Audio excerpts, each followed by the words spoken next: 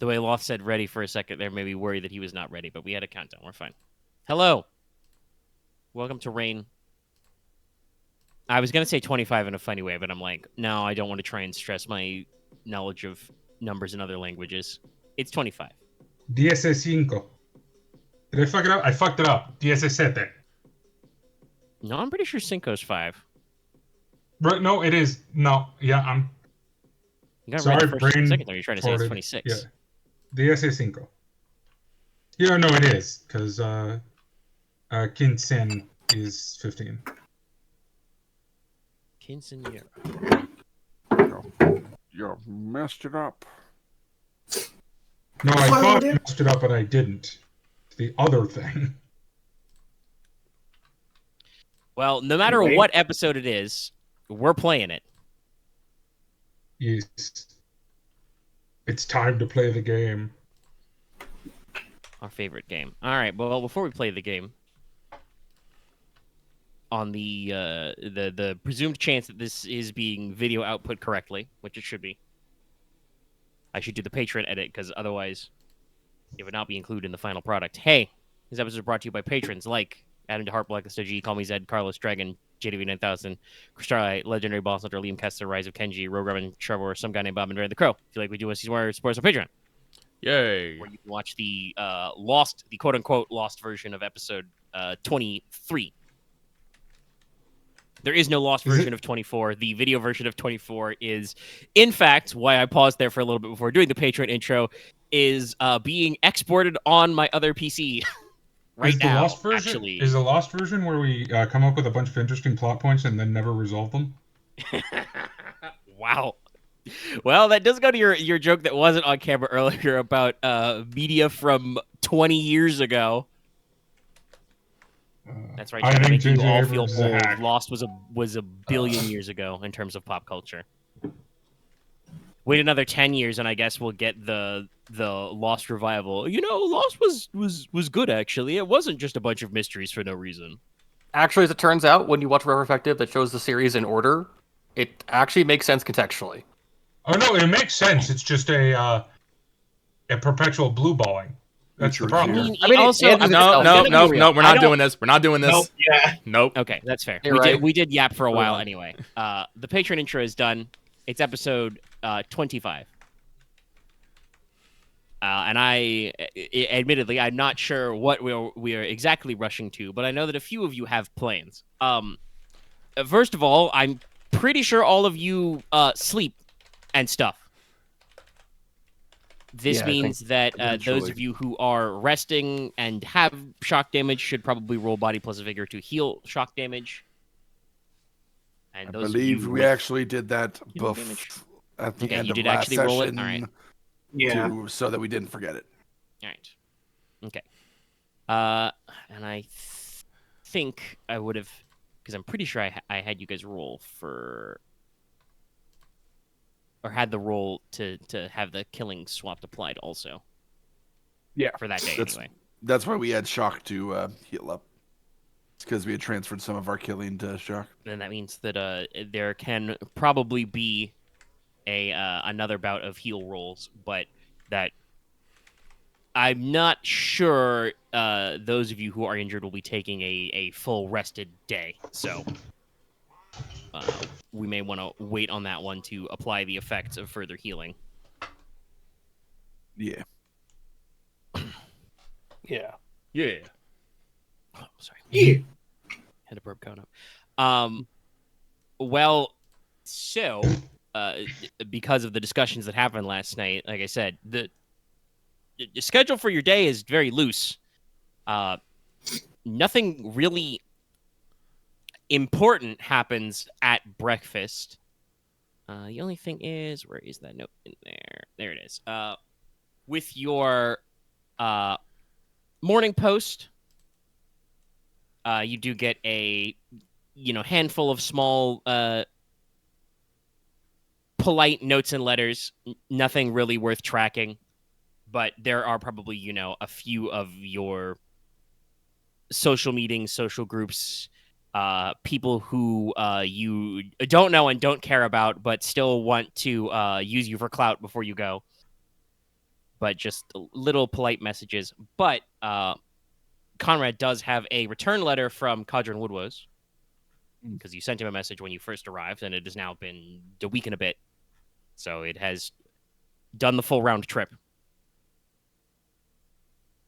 Yeah. It is fairly simple. You've interacted with Cadron Woodwose a little. The letter is kind of hastily written, but also has a little bit of a stilt to it in writing. You would guess that Cadron wasn't 100% confident in his ability to write letters, so he either had somebody transcribe it or rewrite it. I won't do like my dear comrade. The crux of the letter is he says he's sorry he couldn't come to the capital this year. He makes a note that he's pretty busy fully engaging in his duties as a constable of the Wildwood. He's helping his father, Lord. Well, I'm fairly certain when I wrote this down, I meant it to be Lord Havor, but I had to fight the urge to instantly just say Lord Javor. No, this name is probably pronounced Havor. Lord Java. Gazuntus. Thank you. So, he is busy doing his work. He does mention that, they've had to deal with policing the usual monster outbreaks in the Wildwood, which is the domain of House Woodwose.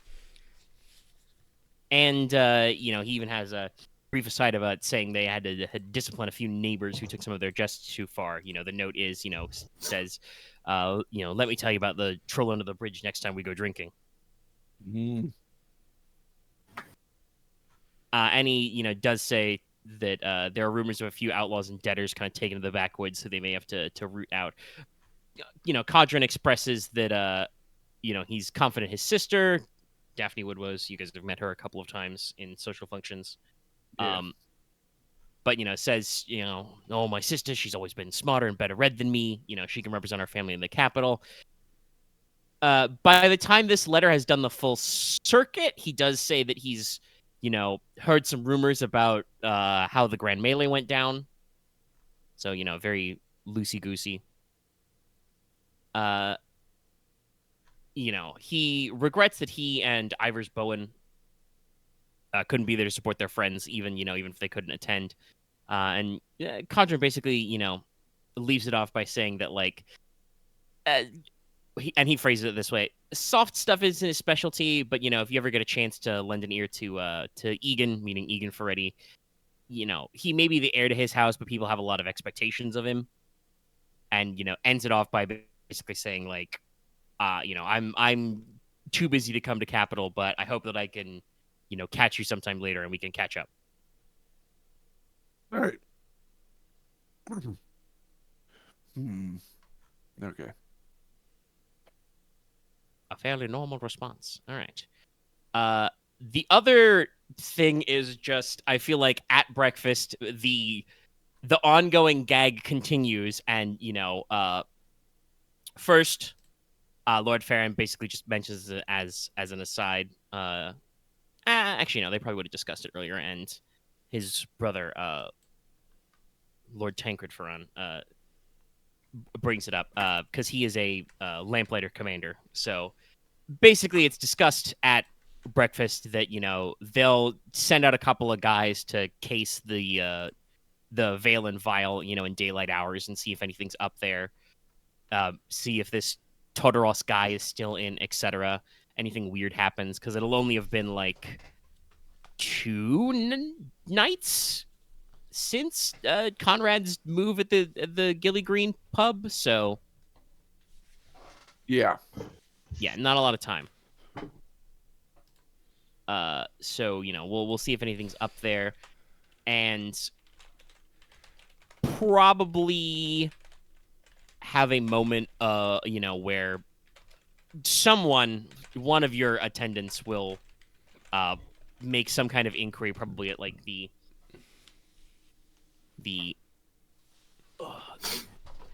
courthouse or records department, about the name Yuktman House. House. they'll be subtler about it than just hitting up every guy on a street corner being like, "Hoy, you know where the Yuchtman house is?" And they'll be like, "Sorry, sir, couldn't hear you. Did you sneeze there?" Also, oh no, Lucky is the burrito. That means clearly Konrad is in danger. Ah. I don't know if does that mean that I only take killing damage, luckily damage when Lucky's burrito. Maybe we'll see. I guess we'll have to see. I'll be there too this time. But the ongoing joke part is that Moira plainly states at breakfast her plan is to go out this morning, and she's gonna go pop down to the local shops and load up on a couple of small metal bucklers and wooden round shields for practice and to make sure that we're all equipped. Oop, Oh, what happened? he's back. Dallas, I think, exploded for a second. Oh. Somebody left the call for a nanosecond. It was Dallas. Okay. But yeah, so she's gonna run down and pick up some, shields for practice purposes, and she will be taking young Miss Aurelia with her because she's gonna try and find a style or size of short sword to get her. Cool. Because Moira is annoyed at the local status of metals to beat up, so she's gonna go hunting. Is that for on my end or Omega's?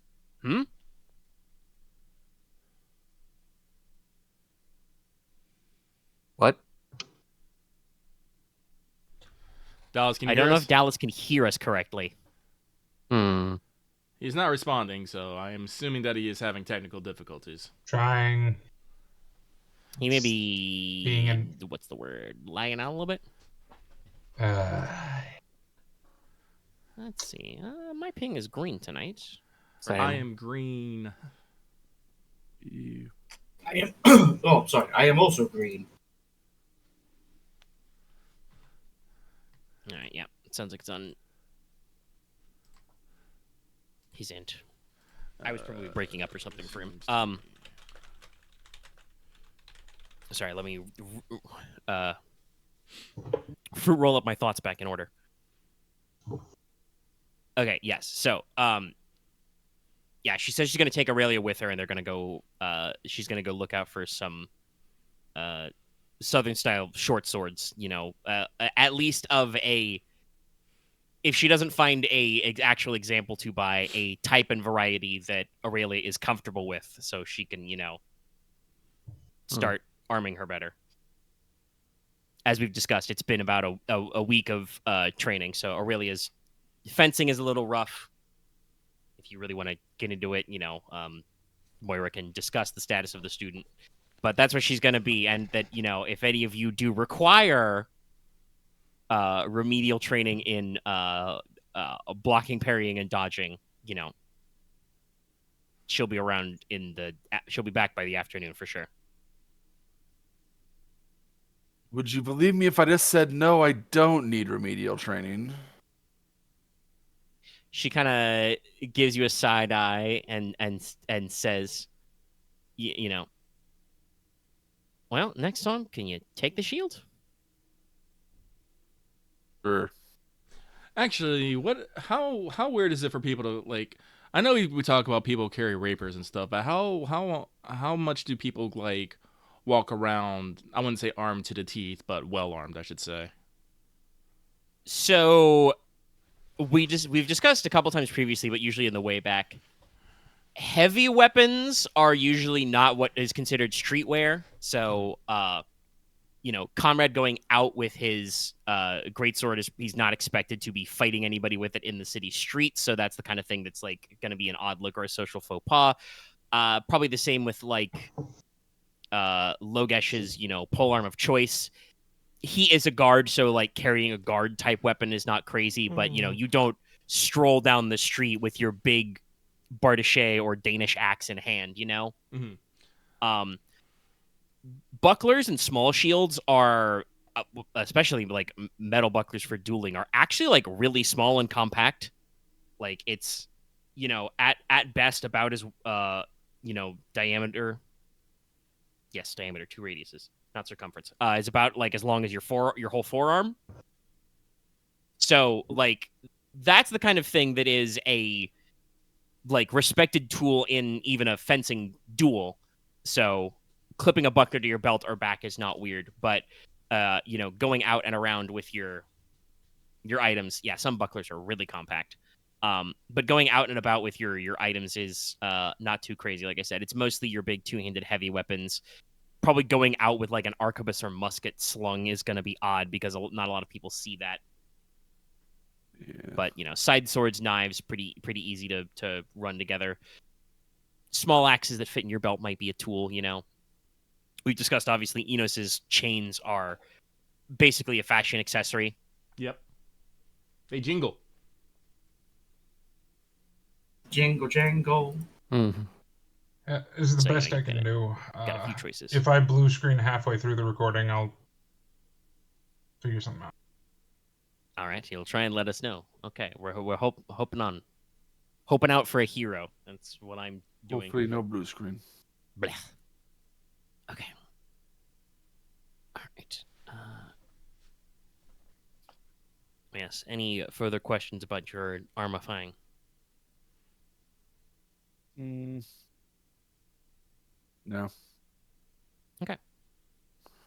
Well, I mean, talking about the point where you're just waiting. That's now. If nobody's Okay. going out right away with Moira, I know Konrad talked about having some shopping, so I don't know if he's going to set out first thing in the morning. But Probably not you- first thing. yeah, you probably have. Sorry, my Discord ping flickered for a second. I was like, oh no, we're fine. It's back to green. It just went red for a sec. It startled me. But yeah, if you're not going to set out first thing, then this is probably your best chance to call and like early, morning all hands meeting, because Yeah. I will tell you, you are probably not going to get actionable intel back until This when we evening. regroup for lunchtime. Oh, okay. Sooner than I thought. Also, I'm not going to be here for lunch. Spoiler. Hold on a sec. I'm stepping away.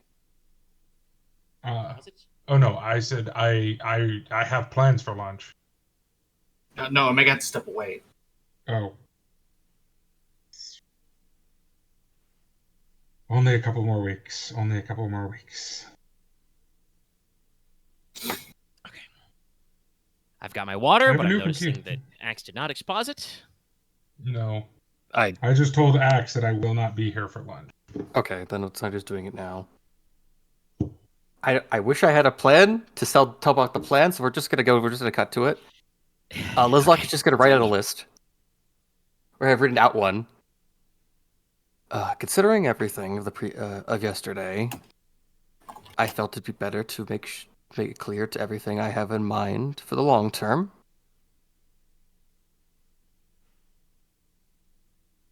Just going to.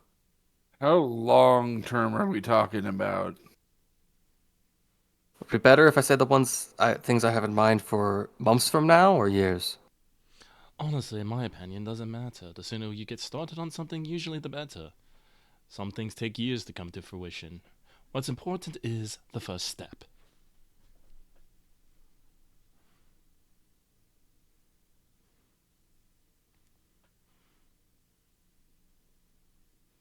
I think to make this simpler, I'm just gonna put it in the. Yeah. Well, yeah, I don't think anybody actually wanted you to literally in character read out loud your entire Yeah, I list don't of want it. goals. So yeah. Though I don't think anybody wants that. That would be Yeah. probably odd and awkward. This group awkward? Never. Quiet you. Also makes me wonder what the fuck. I didn't say it earlier, but I was gonna be like, what the fuck is Nicola's plans for lunch then? See, this is the weakness, Dallas. I never have, unless you say it in session, I never have any expectation of the thing you're No, gonna do because we I don't said talk this in between. session. Granted, it was like 3 sessions ago at this point because of time. Yeah, meeting that's the, right. If you don't twins. remind me about it, I forget. Yeah, no, I'm meeting the twins. I assume such, but yeah. Okay. To hang out and give Because I knew compass. you had your thing to give gifts. I didn't know you were planning a lunch date as well. or Yeah, you had been. I had done it at the end of the council meeting, but since that was fucking forever ago, And also just I I feel guess like he did mention it yet last session. Oh, if like only it's one of those things where briefly. I'm like, I don't disbelieve that it was one of his plans. And like I said, I knew he had the compasses to give.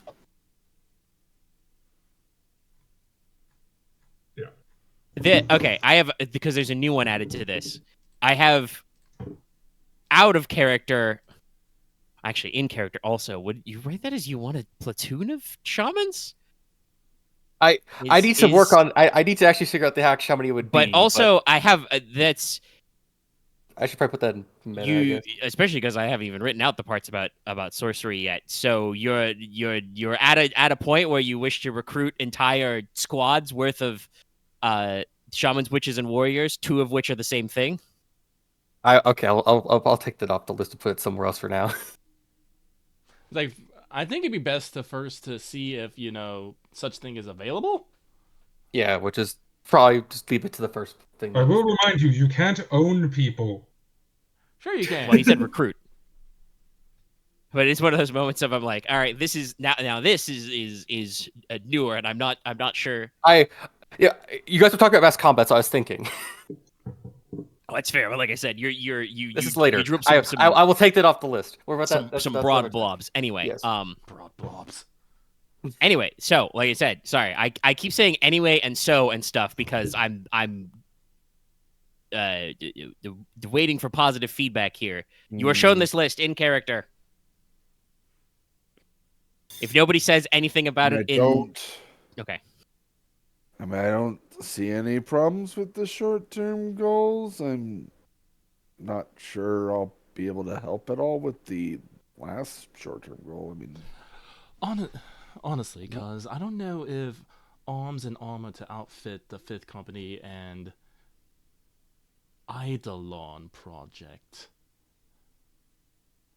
What's this Eidolon project?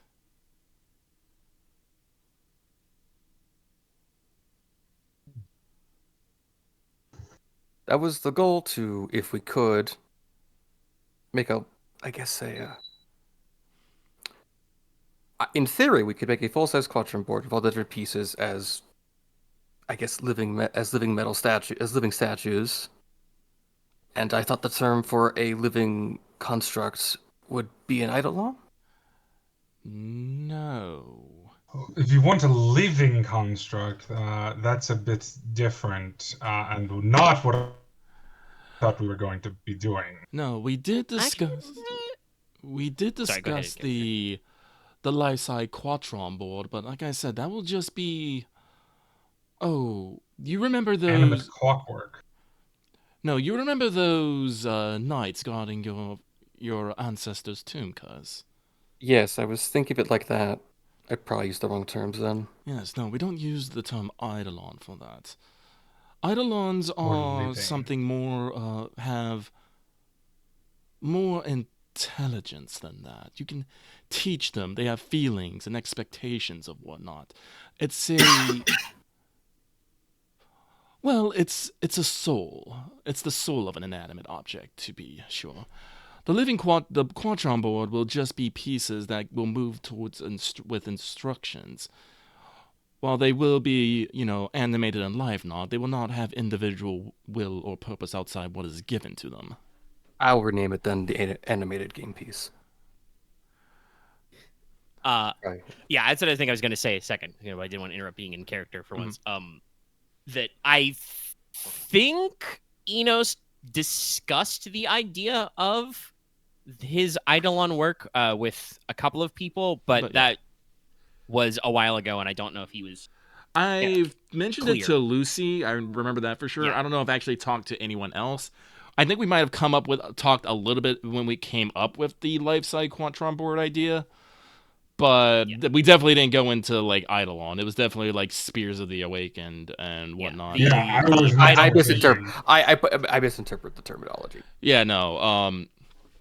But Inos will go over with the lifestyle Quatron board. That's gonna be. I don't know. That should probably be more of a mid goal, cause we won't be able to actually get working on it until we get back to Teine.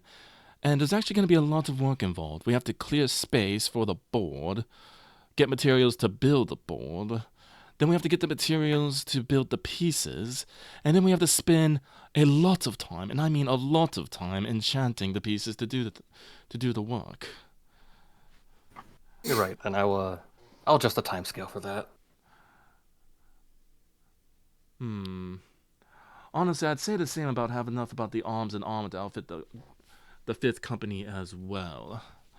We can probably have it done by this summer if we work hard, but we must get back to Teine, check our supplies, check our smithies, and see if we can rush the order.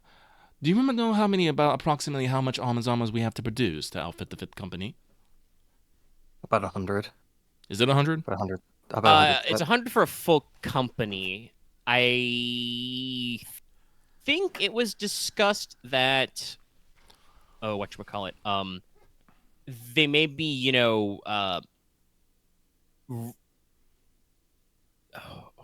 some would be people would be promoted or relocated. I think that was about 30. Mm-hmm. So some of those are going to be, fully fledged knights of other companies who are presumably bringing their own stuff. But you probably want to block out, because the system is not that granular.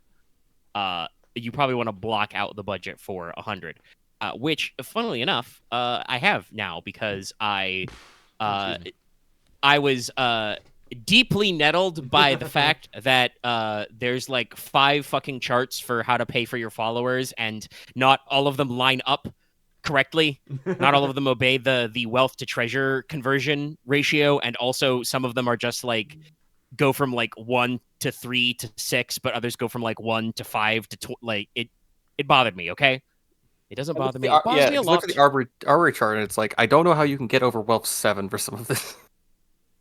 Or I guess treasure 7. I mean, yeah, you can't go above. You can't. Your treasure is capped at 6. Yeah. But that's, that it never goes above 5 in those cases, or 6. Gilded Palace is 6. It's the first number is, if it's confusing, the first number is always, if there's 2 numbers, the first number is always wealth. Gotcha. And your wealth can go to 10. But let's see, right here, combat weapons for 100 people is wealth 9 or treasure 3. We technically can do that. Right now, yes, I believe you have the resources to make such a purchasing attempt. And we probably have it easier to actually do the roll, which probably means we won't have to push the budget too hard. But that's what would that be? A might plus treasury roll, or it'd also be what we have for the forge thing. We would get the forge bonus because we have smithies and whatnot. It's sovereignty plus territory to increase your might. So I think that would be the roll to produce, basically. Okay. And you do get your 2D bonus to that. Okay. Currently, you are sovereignty 3, treasure 3. Oh, that's a pretty good roll. Yeah, you're rolling 8 dice and looking for a pair. Okay. And if I roll it, I'll probably spend my lucky on it if it doesn't work out. If you roll it, yeah. Spend my lucky, just hand over one whole So lucky. if you're moving some of the short-term goals down to medium terms, maybe, other short-term goals, you need to tour Teine when you get back. That might be something to mark down. I'll do so. Yes, that's definitely. That is something you discussed before leaving. So I'll just mark it as tour all of Teine's provinces. Oh. That is not exactly what we discussed last time, but you could do a tour around Teine. Honestly, I'm looking at your midterm goals of hunt down pirates and make sure the Norlish Navy forms. Funny term, that. But those, I believe, are probably one and the same. I don't think you need to necessarily separate those out. You still have 2 letters of marque from the High King, correct? I do. Yes, getting a couple more captain good boats up, and maybe shoring up our naval defenses will probably deal with the pirate situation as it occurs. So those are probably one and the same. I definitely do agree about maybe improving our naval power a little bit. The Marn family has a bit too strong a chokehold, but since they're so situated in the south, we kind of have to fend for ourselves. I do believe I went to the I went to the Baroness's lesson this year for the festival to try and learn whatever I could about naval management and stuff. I don't know. I don't know if it'll be too useful, but it'll be some helpful. Some helpful at least. Well, in times like this, I think it's usually best to rely on the wisdom of elders. Old man Essex has basically retired, and I think he'd be up for maybe whipping up a few hopefuls into proper captains. Maybe. I'm not entirely sure how one becomes a captain. Own a boat or ship, I guess. A crew.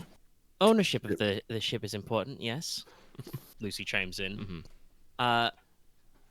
For merchant crews, you usually the captain is actually picked to lead the men from among them, but in the Navy, it's a matter of rank, seniority, and experience usually. We don't actually can have find like a some- formal navy, do we?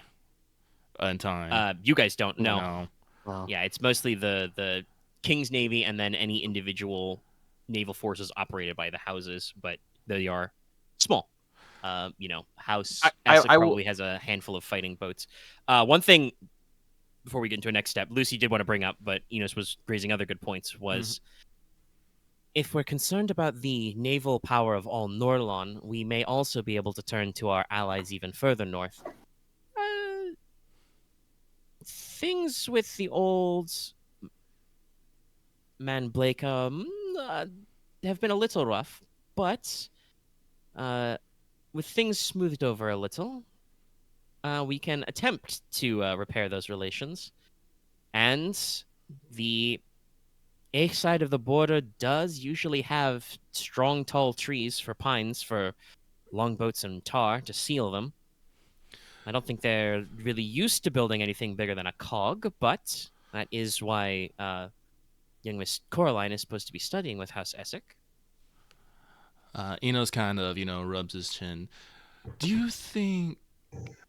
Well, it's like, do you think that we can maybe convince House Egg to maybe into a naval alliance? Maybe put out That's a some, great idea. maybe put out so many boats, and have an agreement of non-naval interference with one another. Lucy kind of, taps her chin a little, and she shoots an aside. No, probably not an aside glance, but like shoots a glance over at Konrad and says, "Well, your houses were in very close alignment until recently. I'm fairly certain that, from everything I've seen and spoken to her, that the Countess A is still very disposed to keeping this alliance alive. So hopefully they would be willing to make concessions. How would I phrase it? I would say that the Eichmen probably have the better small boat launchers and, well, they wouldn't call them Marines, but in the classical sense, Marines, boarding troops and ship-to-ship fighters. But obviously, members of my own house and their other related houses in Teine are much better experienced cannoneers, coastal fort builders, and other of the heavier works. If we come together, we may be able to train more crews and field more hulls than we could alone. 'Cause I think it'd be best if you change hunt pirates and form navals to create a naval alliance with House A. Yeah, a large ocean-going vessel is wealth 9 in cost. So it's a expensive prospect that is beyond most individuals to swing and is still a tricky task for companies to swing. So I got it right. Yeah, I'll do for more have a naval alliance of House Egg and the slash. I mean, I would Uh, say this. established Yeah, captains. you may specifically say naval alliance there. Technically, because I have given all the major houses company stats, even if the last time you did company rolls in real life was literally fucking months ago. Because even though I mentioned that you could do company actions, nobody ever wants to. I haven't really thought of a good reason to. I'm not the boss, so I don't feel like I can. I mean, that's fair, but literally one of your company actions you can do is called be informed. So I thought we did that, and then throwing we that one out couldn't do it until the month was over because we did it already. no, you could always do it. It's just we can't Okay. every time you we take do a it. penalty to each stat you do every time you do it in a month. Oh, okay. Right, that's why. Yeah.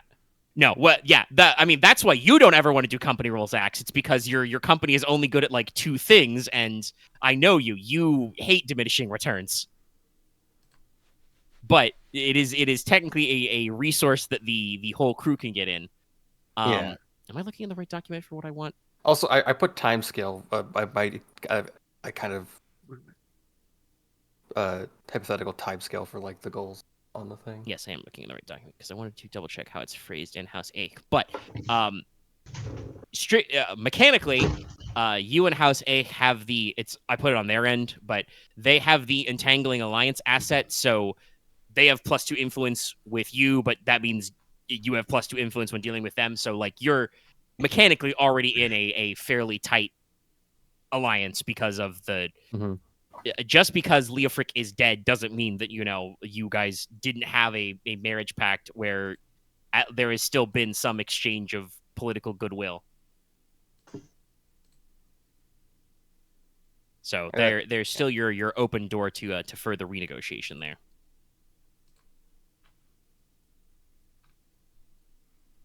That's good. Yeah, it's something to worry about when we get back. Let's see here. So that's that. Nothing to say about the Grand Tour or Tour around Teine. Well, actually, on the Grand Tour, we should actually probably decide who is actually going on that and who is going home. I have a section for this in my notes. I mean, that was the time to talk about. We were just kind of waiting for information, so yeah, let's get it done. Yeah, right but now. no, I think it's a good time. I think it's a good time to bring it up. It's like,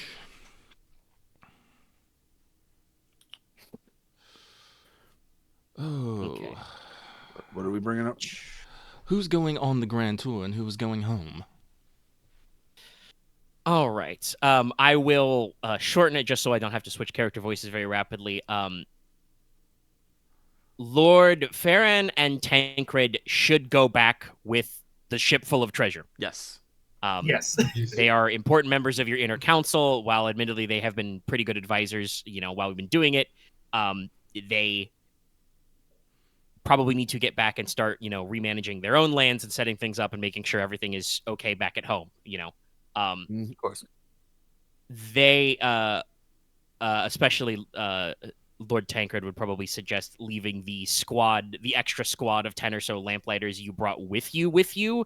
I don't know if you actually want to straight up include them as part of your Entourage? Marquisial retinue, your Okay. coterie, but having an honor guard is well within your rights. You are, as we discussed, a very high-ranking member of this I think it's good nation's to power just have. structure. I mean, I feel like if I'm going into a place that's not really mine, I should at least have. Considering it's all of us in one place, we should at least have some men with us, just so it's. If something untoward happens, we might as well have people available. As long as it's not like against the rules, it's probably a good idea. Yes. No, it's in my right. Everhelm and Everhelm Ferran and Matthias Gladwin would probably lean towards going back. They've done their due diligence. They've seen you safely here. They were super ready to be picked, but they have both not been doing a whole hell of a lot in the capital for over a week now. Yeah, so go back and make sure the wealth of the country is stable. Yeah, probably good. And then the next choice is some number of debutantes. So we're fairly sure we're blocked in that Aurelia is still coming with you. Yep. Mm-hmm. And you've extended that to include bringing Miss Alestra Gridarvol as well, because Reasons. Yes. study opportunity. Mm-hmm. So that leaves Yerwin Wayland, And I got who permission. you did. She is formally attached to Aurelia as her lady in waiting, but you could send her back. This is a. I almost feel like I can make that earliest choice. But if you feel like I should make that choice, I will. I mean, I can simplify. Aurelia would you delegate to Aurelia. Aurelia delegates to Yerwin. Yerwin wouldn't want to necessarily leave behind, her ladyship, but also you're not planning on doing a lot of like social eventing at your tour. It's more of a like sightseeing trip. Yeah, You it's know, only you're might be not a going to be week or going to two. like formal parties and dances. She's not going to like Aurelia's not going to need somebody to like help her with her hair and makeup and make sure her dress train doesn't get muddy or stuff like that. Like, and presumably you will be bringing Moira with Aurelia as her Cavalier. I just kind of Yeah. let that be a given. Yeah. So Actually, what like is it? it's not like she'll need a bodyguard. What's up? I'm sorry. I'm just curious what a lady in waiting's duty actually is. It depends on the time context, but mostly it's just so you have a female attendant who's there when you need them.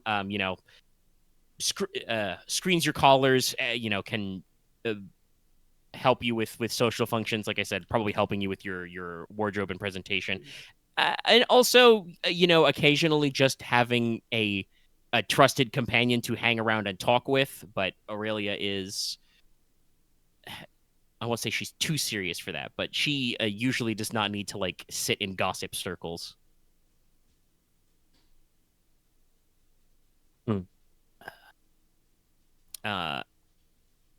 Because he has been invited to join the Blood Shields, you should probably have Huron remain.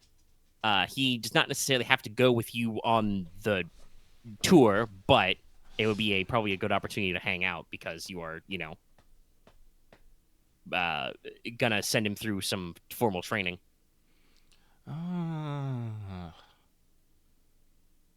When will the training for the Blood Shields begin? Well, they'll probably have to. We are being a little loosey-goosey on it, but there probably would have to be some kind of like formal testing. Technically, I don't think we've even finished the formal invitation, but that's because we're just kind of in squish time. Squish. Like I said, I kind of want to send Get an Huron back so invitation. he Probably just have a basic demonstration of his skill, and then if he is accepted, it would probably be like right away they start drilling because the Blood Shields are fairly serious. So if you wanted to have some more relaxed time, you can have him go on the full tour with you. Think about these things. I do believe that like it has only been a couple of days since you sent the letters informing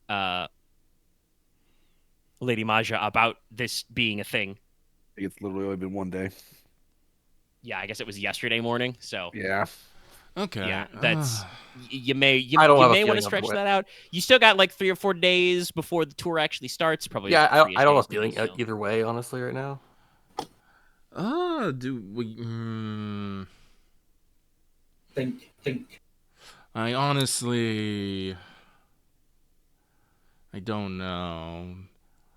I don't know. Like maybe he should like I don't know. Example, we don't know when the testing is, so we don't want him necessarily to miss it. But I don't know if we can necessarily just leave him by himself in the capital. Oh, I don't. I mean, I say testing. I don't think it's like a set of like school exams that have a fixed date. It's I think it's like training. yeah. Whenever they get an opportunity to interview him, they'll run him through the training course, and if they accept him, which you have been told reasonably, they will probably find his skill adequate. That would probably be like, all right, you have a couple of days to get your things together, and then it's gonna be to Blood Shields camp. I'm Well, not trying to. I'm Camp not is- trying to get rid of him, but I don't see any reason why we should necessarily hold off on that unless one of you Yeah. guys really want to go on the grand tour with him.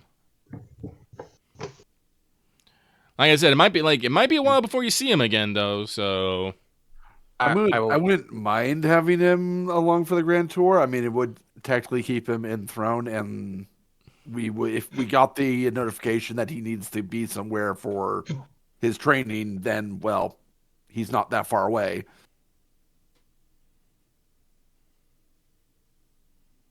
You do know that Nerissa has been invited as well to go with her cousin on this whole thing, so presumably she is going to bring her own Cavalier, who is also, as you know, been tapped to lead the future company of Blood Shields. So you may be able to have a conversation with her and outline that one. All right, we'll have to put a pin in that part then. Okay. And then your last debutante to think about sending back is Thorin Amir, which is, I don't know if there's any objections to keeping him around. I mean, he's friends with Huron, but he's not fucking doing anything in this town. Send him back. I'll look to Konrad if he has a reason for him to stay or not. No. All right, then he can go. All right. So we're for sure shipping back Thorin. Are we okay to ship back Yerwin Wayland? Yeah, if we were doing more social stuff, I'd say bring her on. And who knows, maybe she can, I don't know, get some of Aurelia's affairs and orders back home. Maybe get her some, nice clothes or something. I don't know. Well, you do have to prepare for a summer court season. Yeah, so... The bleeding edge of fashion. Actually, that would probably be a nice thing to cover, is to send... I mean, you're gonna send some of your boys back, but sending at least one ladyship back to let the other ladies of court know, hey, by the way, the High King said he's coming. That's, someone's just gonna drop a dish. Yeah, I guess. She's like, fuck. Yeah, she should go and probably a few others just start getting preparations for the court in order. Her... Yes, it's her mother, Yerwin's mother is Ariamon Wayland, who is currently the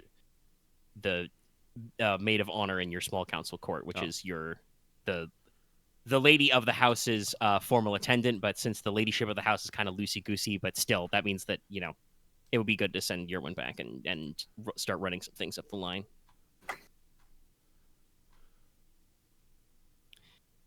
And don't you worry about how politically fraught that position will be in, half a year to a year when you've got a new lady of the house, but she's not from Teine, so now you're going to have to juggle the whims of your bannerman versus appointing an attendant that your new wife likes. That's my responsibility, yes. To deal with when it comes. Hey, welcome to politics. You said I want to be the heir. Yeah. You said these words to me. I mean, yes, I've accepted this. It's just this is not a thing I'm doing with right now. Yeah. This is a future acts problem. Very well. Very well. Well, Continuing to address future acts later. Continuing to look at the good Marquis list here. Clear out Lorelei Walk and reignite and improve relationships with the Myrrh. This is where I just, look over my spectacles and go, but why? And secondly, how? Are we still on we're still only on midterm goals, right? Yeah. Yeah, Okay, we moved. fair We were enough. talking about other stuff, but we moved from. Yeah. Yeah, all Yeah. left is the Lorelei Rock and about We the fair. looped back in, I think, when we were reorganizing short-term goals to be like, also, we should probably discuss who the fuck is going back on the boat. That's what our last Yes. meander was. I mean, when you say clear out Lorelei Rock, you mean like from the Sea Devils, right? Yes.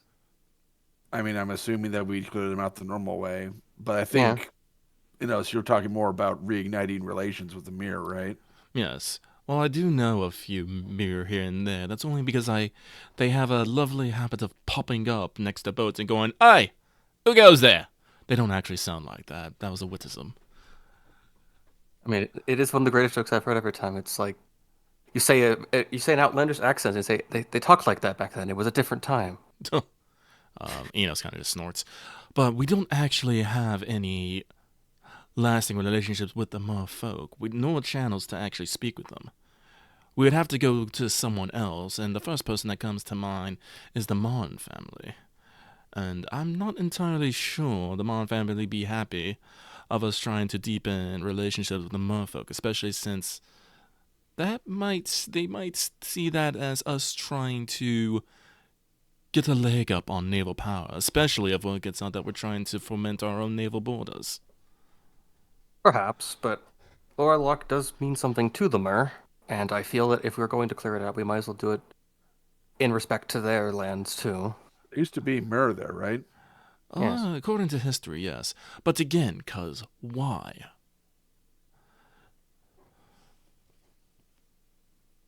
I honestly would rather gather I'd rather gather as many people on my borders on my side than otherwise.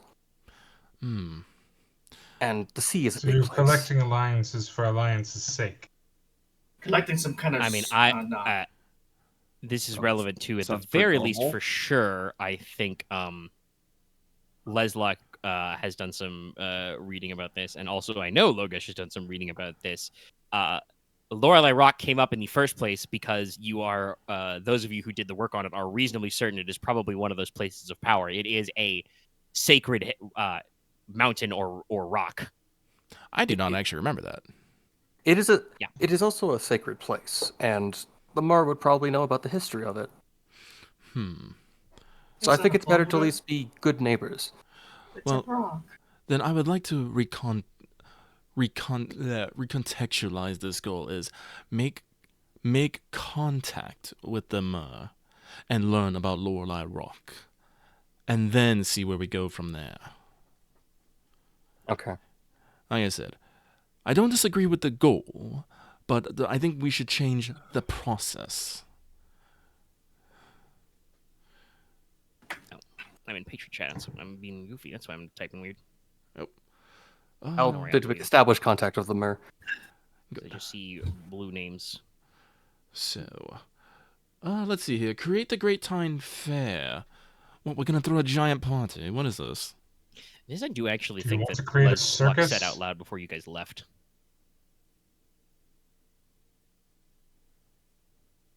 Isn't this something about like a great gathering of the great minds of Teine and all that stuff, having them show Yes. off things?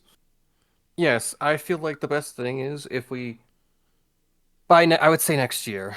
So after, I guess, the next spring, I want to start putting in an actual gathering for the gathering of all the actual ingenious minds of engineering, smithing, and other works to form and tie in one place, so that we pluck the talent for ourselves. Uh-huh. Cause I know I necessarily don't have a foot to stand on here in saying this, but I think you might be going a little power hungry, to say the least. We're already talking about increasing naval power. You want to increase alliances with the kindred. We have more on that point later. And now you're talking about gathering up as many people as you can so you can take them for yourselves. How do you think the other houses are going to react to such a move? Probably with guns. Well, probably not with guns, but they might raise up a stink to the High King or to their friends, or maybe we'll have less buyers or different prices. I don't know, cousin. If we endeavor all of these at once, I would not put it past some of the major houses to respond. Maybe not directly, but at least indirectly with us. Why am I doing your voice? You do it Sorry. every time. Every I just time woke you up. have to talk after Inos talks for a long period of time, you steal Enos's accent. Your You've accent. got to be more Scottish. Can't be more my Scottish. accent. I guess I've just committed to, or I have committed to what I've said to many people before. I'm not expecting this to be what we're going to do this year, and maybe not next year, but at some point I want to do it, and I want to move the world forward. And if everyone has to yell at me that I'm moving too fast for all of them, that is their problem. But Well, My lord, No, cousin. Says, I do not my think lord, it is I'm their I feel problem. slightly It will confused. be our problem. My lord, I feel slightly confused. You said you've committed to many people. I'm not This entirely sure. This doesn't seem so much like the world moving forward, but the concerns of the rest of that. We're talking about expanding the influence of the house, and I'm not opposed to it, but I do agree with the others that I'm kind of confused as to why exactly. What? Sorry, I'm losing track. You know, Matthew Scudman kind of puts his slightly big hands on the table and says, "I'm losing track a little. I'll refocus." I agree with Enos's question of what is the purpose for expanding the power of your house, my lord, as I do not see which of these goals requires the additional power, and it is not only for the sake of power. There's a lot you could do to advance the world by just, being here in the capital more. You could put forward yourself to getting a position on the High King's Council, which is not ingratiated into your goals as of yet, which would, give you direct lines to power. I would also say that I'm not an expert on it, but you're planning on this grand tour with the Crown Prince, the future High King. That is also another avenue that is not really detailed in this current plan that would involve moving the world forward. Besides the tour itself, I mean, I've caught up to that part. It's the rest of it. I'm sorry if I'm being simple, my lord. It's just, we're focusing on. You've given me a lot of things to read, my lord. No, I'm struggling to keep up. Cousin, I think Matthias Gladwin is a we've talked about this before. He's a big, broad, jolly young lad. I wish I had more reasons to interact with him. I know because I think you guys like him usually. It's just it doesn't come up a lot. Maybe He's Conrad's friend. As time goes on with he taught me how to fight. Gladwin. Yeah, but he's not. I want to say this. He's not stupid or anything. But his family are the bear people. His life revolves around chasing off bears, raising bees. Maybe cutting down trees and stuff. It's like he's like you've given him a long list of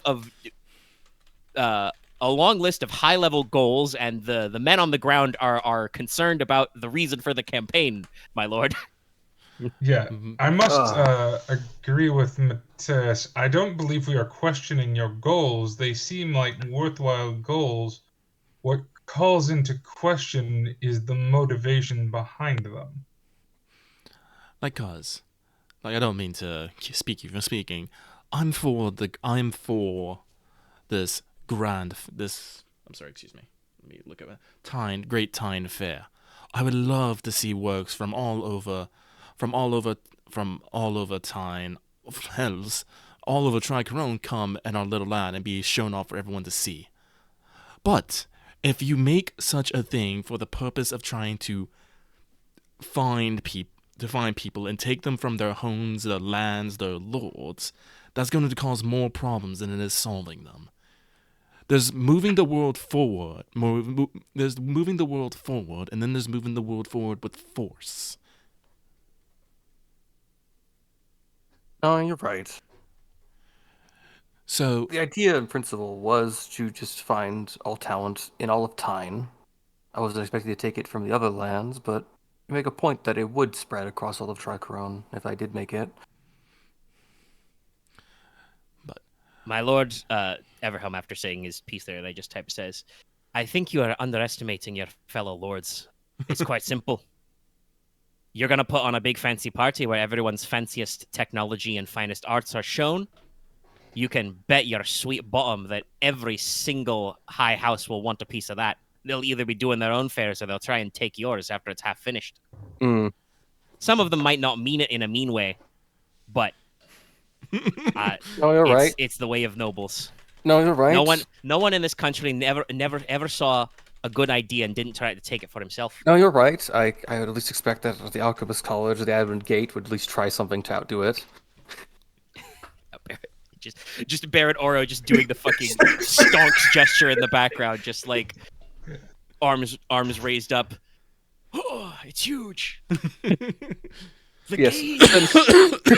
I will not get rid of the idea, but I will move it to a further down the line for when it's like other things are less present or like less important at the time. I would also say, brother, I mean, it's not purely your responsibility to move things forward. Like, things will move forward as they are. I think it's kind of what was said. There's no need to force it. Remember, if you put your finger... goddamn it, I'm doing Inos again. If you put your finger too hard on the scale, you might break it. I think, Lucy from the back kind of folds her arms. I think she was probably a little quiet when you were having the conversation about Lorelei Rock, where it was like clearly like she wants to say some shit about, I don't know, stab all sea devils, but Yes. obviously you guys were talking about entirely different shit, so she didn't weigh in. But I mean, it'd be she like, does yes, say- do stab all sea devils. I think she also wants to say that I think also we should be concerned more presently, all of us, with the fact that I think the world is already changing and moving. But the question is, who's turning the wheels? I would like to think there imagine are- there is a pensive silence at that. Yes. She continues after that pause and says, I think we all know that there's stuff going on in Troikaron that's not of, gods know, not of our own designs, but also not of our Marquess's designs, and possibly, as evidenced by his statements at the feast the other night, not even to the High King's designs. There are people moving in places, doing things. And we may not like the direction that the world is going without a little bit of corrective maintenance. Agreed. Percussive maintenance, got it. You do not need to hit things with your club. He might need to hit Some things point with his he will. claws. Yeah. Fair enough. Fair enough. You don't need to hit me with your club. If you You would find break. shit Are you nailed part of out the of problem? place, hammer it down. Don't think so. Oh, let's see here. I think that's. But I guess I'll put to like a matter of vote then. All in favor of keeping the fair, but we postpone it to when we have a proper opportunity. Or all in favor that we just put it behind It us. sounds like maybe a next spring or a this fall kind of project. Well, actually, how difficult would it be to set up such a thing? Well, it depends. I guess, talking about, Leslok said that his original plans for the scale was more for just all, get all of Teine's coolest and shiniest new things together. That's probably something you can do in maybe a single month if pressed, definitely over the course of a single season. The goal was to get this done If by you want next to year. weigh in that people want to do it, you're going to get others in that probably will take some lead up, sending some letters. You got to wait for correspondence. The main thing is you have to think about seasonal timing. Like, honestly, normally your best season for that in Teine would probably be summer. When next your summer. weather is most mild and it's the growing season, so you don't need to tend your fields as directly. The problem is that somewhere It in can't the be this middle year. of your summer season this year is summer court, so you are probably going to be blocked up. Yeah, it can't be this year. I always expected it to be the next year I at think the minimum. also part of the concept for the fair when we were discussing it a bit out of character was that it would be kind of a at least semi-annual thing so that it would get people thinking about it in advance and like kind of trying to Then Sorry, I just I don't know which character might throw this in, but I just had the devious thought of just like, well, what if Leslok just does a mini version of it this year at Summer Court and then turns it into a regular thing every year? I was actually going to suggest that. that's actually a good idea considering we're Enos already has that doing. devious thought. Sorry. Okay, Well, no, it's like say it. My I would shoulder say it's Enos right. was talking. But because no, actually, I think it'd be a good way because we need to entertain the king. What's a great way to entertain the king is to show off all the interesting technology that we have shown growing up in Teine. So I think it would be actually a good idea to, because forgive me, Axe, I actually misunderstood when you were talking about the Great Teine Festival. I thought you were talking about inviting people from all over Tricaron No, to it's it. to cultivate all of Teine. And that's so when what you find that, but like here's the thing. Here's the thing that I do want to say. If you limit it just to Teine, I think it'll be too small. Is the thing. That's fair. But I But think we if start small. if we're doing a prototype for the summer court, I think it would actually be just perfect. If this year you do basically a mini fair to basically get it off the ground, and then next year start extending invitations to Like I guess Verity and Egg and then Verity. even- And, well, actually, I think you should probably invite Egg as well, because I guarantee you, there ain't no way that Egg ain't gonna send some people down to be here at fucking I It's also probably want to be right that, anyways like, at this feel point, how you will about it, but the Countess A did set you up for the alley-ooper with Summer Court. Like, after some back and forth, High King was like clearly angling for a Norlon spot because Norlon has been out of focus in the kingdom for several years. Obviously with Leofric gone and stuff, and she magnificently passed the buck by just straight up saying, "No, my king, you do not want to come to my castle." Everybody says it's Stark was the word, but it sucks. Yeah, so Yeah, I am you pretty kinda owe sure them a little bit. the Countess Egg is going to come down with a few of her loyal trying to hang out with us during summer. Like, And I especially mean, if we honestly, want Summer to- Court, you should probably expect that, like, even if the High Lords themselves don't show up, though some of them probably will, yeah, because they are counselors I'm- to the king and they need to be in contact, that they will send representatives. yes. Then I'm going to do create the Summer Fair prototype for Summer Court. That sounds good.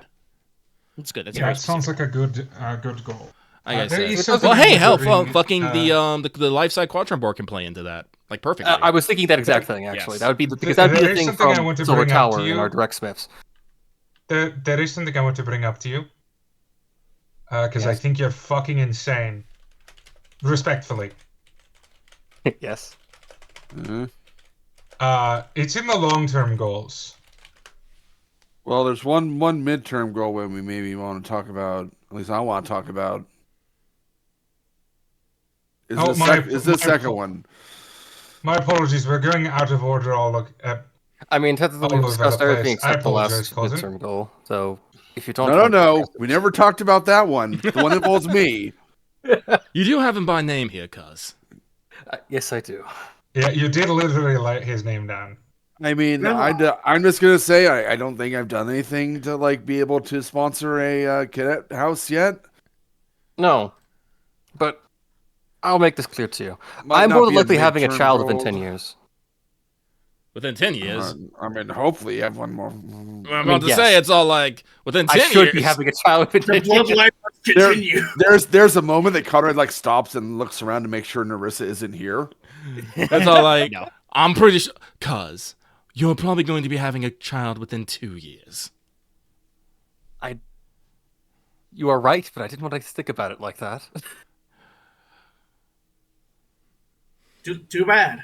Just think, just, just Moving on. accept, just accept it, and always remember it, like I know you do. I can't forget anything. Oh Too man. bad. Oh man, I'm sorry. I'm just thinking Leslok's gonna remember his awkward first time for the rest of his fucking life. I think he can choose to remember it or not, actually. I think it's Did you still remember? I'm just gonna block this from my memory. I mean, Control. technically, the way it's written, I can do that. I can choose not to remember. Yeah, I- you could. I- It's phrased as if you want to, you could recall anything you've ever seen. Control, select, I do delete. have drugs for that. I'm gonna blur that. He's It's gonna just open the mosaic in his YouTube memory. editor tool in his brain and blur it out. Like, it happened, but I don't remember most of it. All right, moving Anyway, on. yes, It's not important. the marital discussion. That's my problem. Not yours. She'll show you the writing skill. Yes, but that's not our conversation for you guys to have with me. Writing, I yes. was just kind of wondering why you had it on the You might list at discuss your all, position. brother. Brother. Because he's I obsessed guess with Lord putting us Brother in would be. I positions should of power. I don't No. get what you mean. It's something more out of guilt, I guess. I don't feel guilty. I feel you should have something of your own namesake. And I mean, Not to be too I'm- fine a point on I'm it. doing isn't that, my own thing. I will. isn't that his job?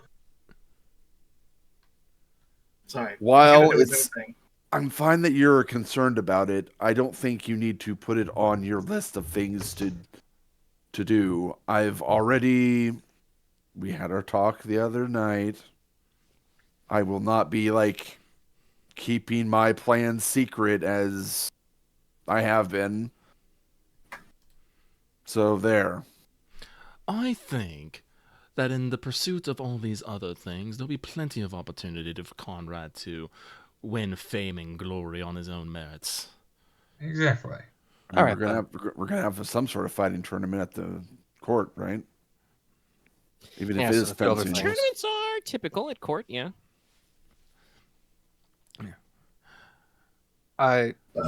sorry. Like, Like, do we have pens by now, or is it quills usually still? I think you're on fountain pens. Okay. Not necessarily a quill, but yeah, you're on. Leslok you're is on just gonna put like a line through the Konrad one. Yeah. Like it's still there, but he's not blocking. He's just putting a line through it.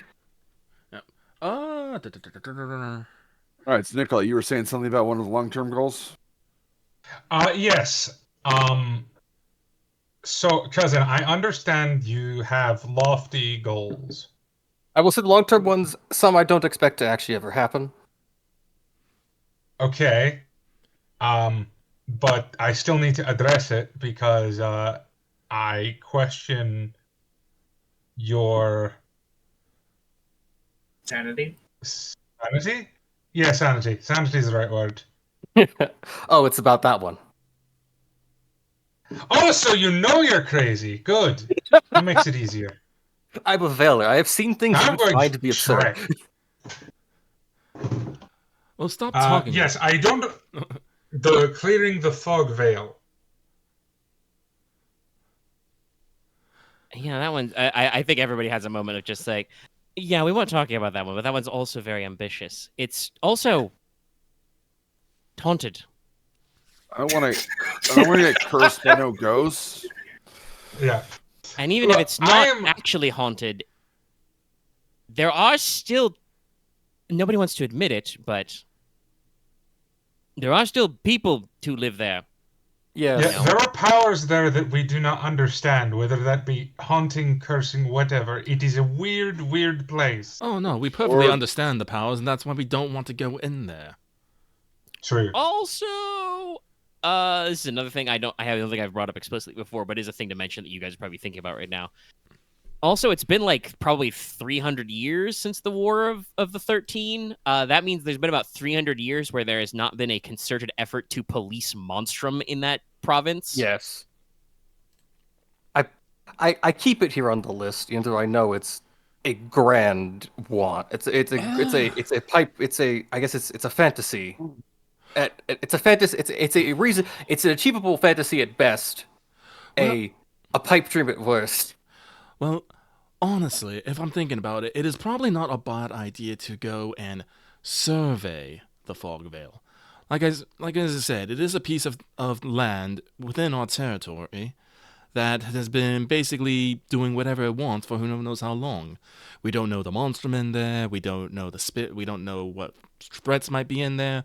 For all we know, there could be a big bad conspiracy brewing and that's ready to blow at any moment.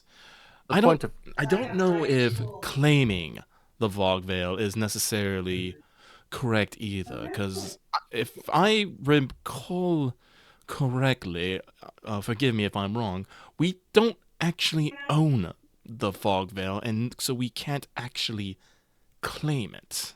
Oh, you're right. You know, I think As everyone a- probably folds his arms and says, the technical wording of it is, as I said earlier, you know, it's not our place to question the Marquess's orders, but speaking of the heart of your friend can be simple. The way I understand the text of the law is, well, I mean, we all remember our basic school children stuff, except maybe Inos. I'm sure they tell it different down in the Dragon's Eye, but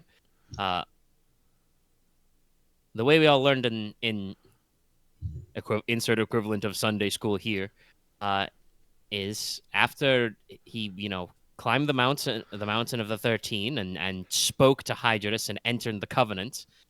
The High King was, you know, granted authority over all of the lands of Troicoron, excepting those that were already declared as sacred by the kindred. And it just so happens that it very nicely lined up with the other 12 major generals who arrived to support him. After the war, he granted each of them titles as his peers based on the size, merit, and value of their territories and their contributions to the war against the Lost Empire. I think Vilter was a barony, but it might have been a county. But anyway, each territory was divvied up to one of the high houses, who then divvied it up to their bannermen accordingly. There's been a few shifts over the years here and there. Everhelm kind of, you know, singles out Nicola, for instance, because you are from a cadet branch. You know, so that wouldn't have been one of the original tribes or clans when Troikarum was founded, even if it was Yes. shortly thereafter. So, there's been a shifting and a reorganizing, and a couple of times, even if it is against the High King's law to fight, the houses have traded blows for territory before. Alliances move back and forth. Our good friend Lady Essek, her people were once the exact same clan as House Bleka, but when the High King's law said that the border between Teine and Eich went through the river, everyone had to pick. So, strictly speaking, that means that since House Vilter is fallen, they do not legally exist. No one can bear the name Vilter anymore. The High King technically owns all that land, as he does by default with every bit of unclaimed land in Troikaron. If there's not a kindred or a high house that says they control this land, it belongs to the High King.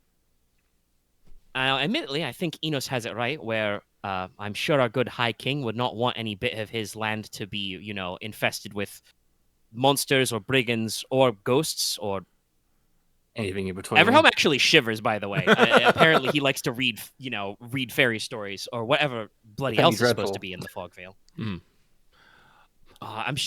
You've read all the same books in the Stonehearth library as I have. I don't know how real they are, but people say things. First of all, the story of the Bloody Night of Fire.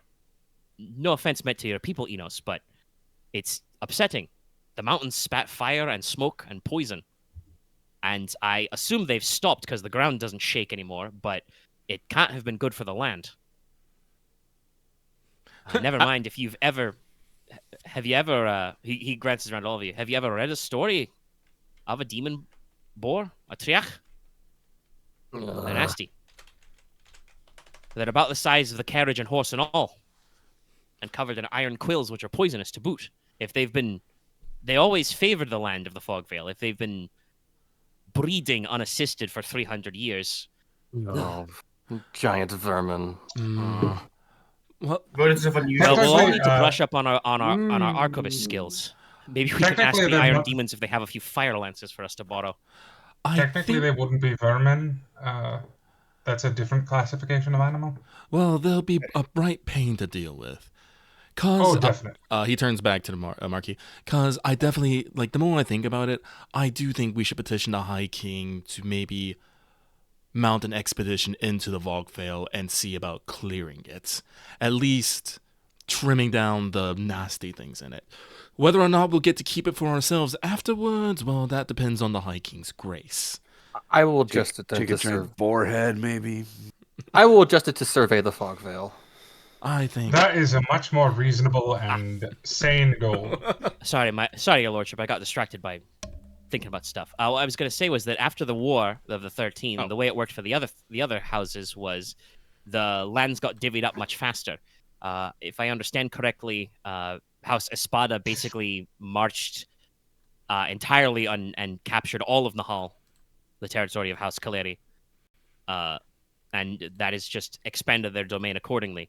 The domain of House Venin was split up a little. I believe Marin got some of the coastal territory, but the heart of their territory was taken over by a banner house that decided to defect to House Chival. The mountains of House Malleus were much the same. I believe that's all House Roche's lands now. Some of them were reorganized to swear fealty. If there were any survivors of House Vilter or their bannermen in the Fog Veil, which I'm not saying there are or aren't, that's what we said we got to survey, we may be able to convince them to join our house as a banner. But Everhelm kind of, clears his throat a little and says, listen, I understand they're fallen, but if they're all living there, they've been living there on their own for years. It's as much their land as anybody else's, even if True. legally it's the High King's.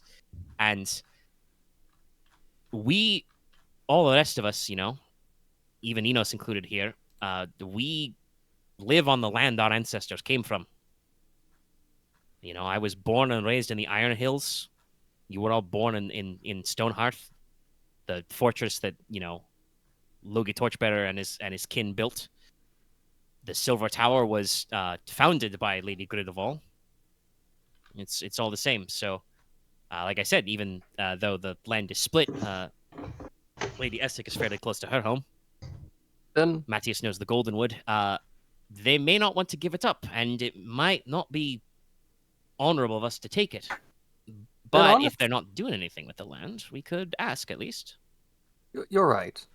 Then I guess the step would be more of. I don't think now is the time I can ask for it, but maybe by, I'd say, the following year, I should be able to petition to at least it to be under my power, and then I can then give it back to what remains of Vilter if we ever find any. Well, first things first, cuz. As Let's a find sort of out what's medium. going on in the Fog Veil before we start Yes. making any further decisions. We'll just see how bad it is first. expedition. I think to kind of round up this point, Lucy pipes in and says, "Well, my lord, I think you've got the best opportunity to at least float the idea of a survey. You're going to be in close proximity with the Crown Prince, right? Yes. Well, his formal title is Lord Cursor, so it's his business that the High King is informed as to the length and breadth of his realm. I do No, think you're even some right. days the King's couriers are responsible for updating the King's maps.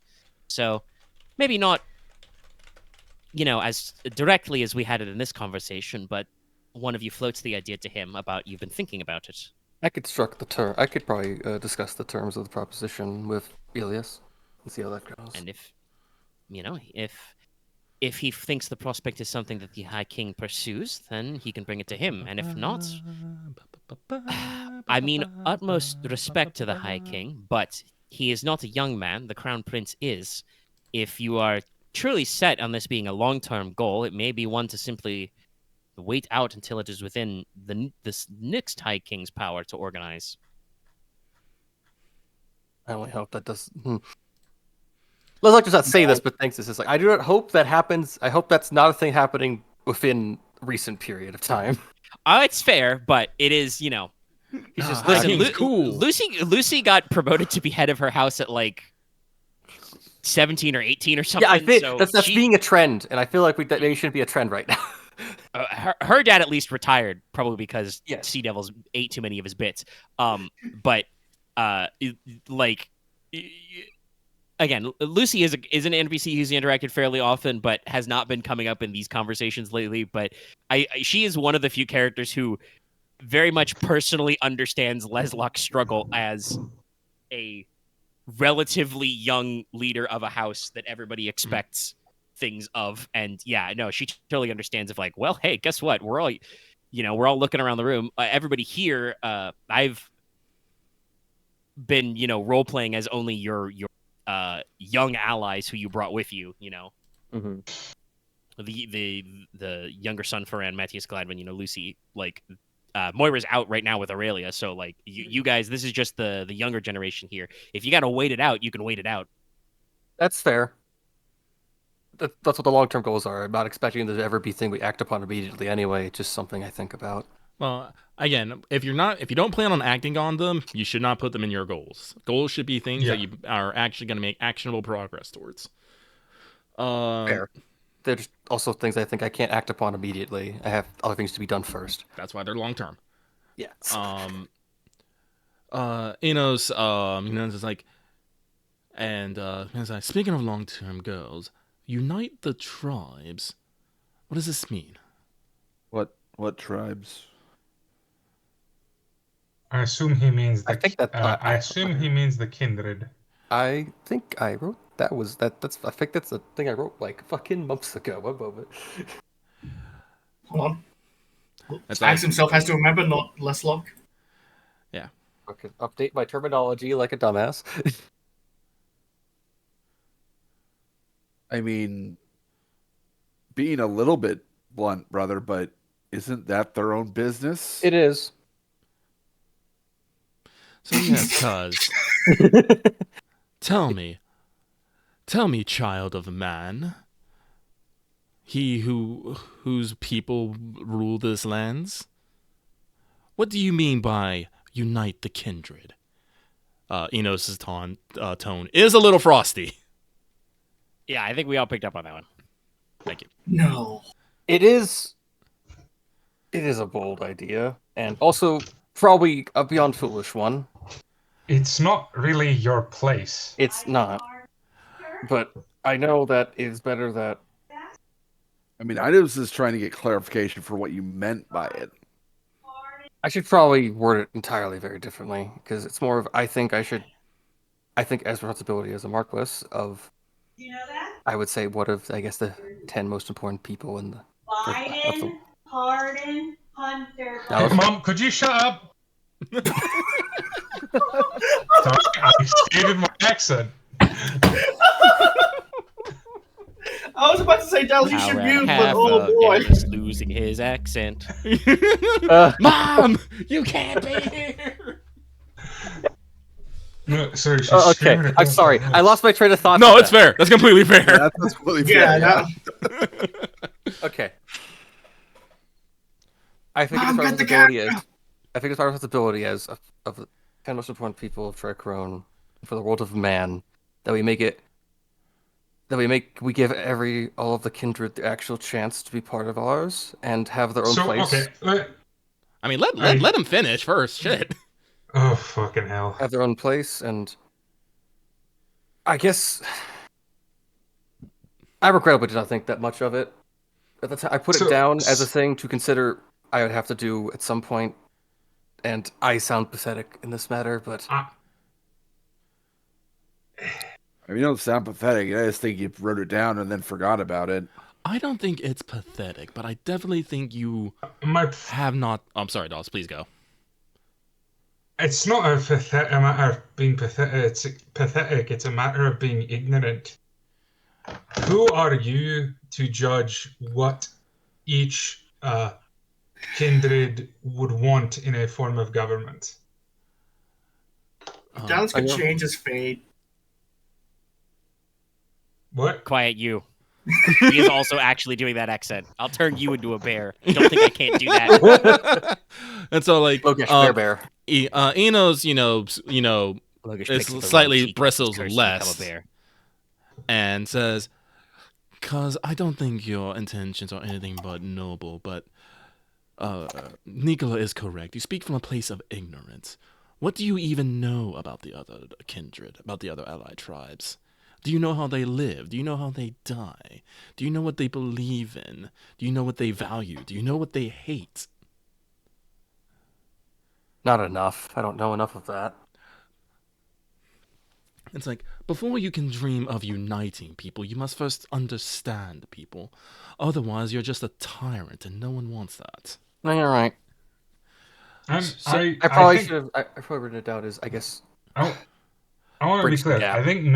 I think normalizing and increasing relations with these people is important. With the kindred is important, but how do I put this? I don't know much about most of the kindred tribes. I know a little bit about the Iron Demons from what I picked up from Inos, and I know a little bit about the Desert Kith. the Desert Kith from what I've picked up from a lot of people in the Alchemical College, and but my main point is we don't need to reorganize their entire culture and way of being to extend more of a hand of friendship, which is Yes. I think what your goal is I think meaning to be. my goal is to bridge the divide between our mean, cultures. I think your goal is just to, like, go along with what the High King is talking about. Yes. Because I think it'd be good if you try to understand and aid the kindred where able.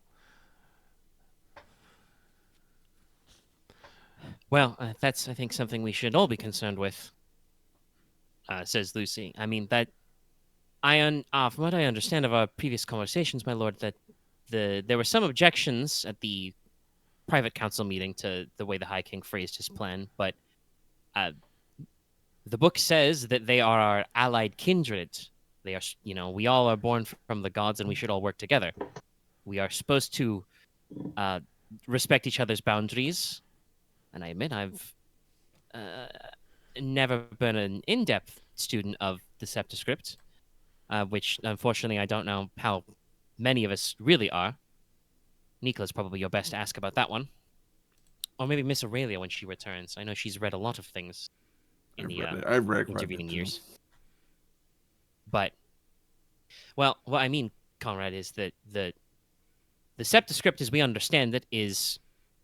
at least according to the story, anyway, it's 1,000 years ago, so nobody knows exactly how it turns out. But the piece you find that is printed on a printer is somebody had to typeset that type, taking it from a copy that was transcribed, going all the way back to when Veritas the astrologer transcribed what High King Wynn spoke to Hydrus. Everybody except Inos, I think, makes a holy gesture at that moment. It's the mark of the 7. You talk about the crowned sun. But and I would not want to doubt, the ancestor Veritas's authenticity, but I think we all know humans are fallible. Who's to say everybody transcribed all the letters correctly for 1,000 years? Made sure all the right verbs were in the right tense and all that other grammar and rhetoric stuff Conti tells us about. So I think the spirit of the law is simple. Like we said, we should extend our hand of friendship to the kindred where they are. And some of them, I think, have a government that is more understandable to us.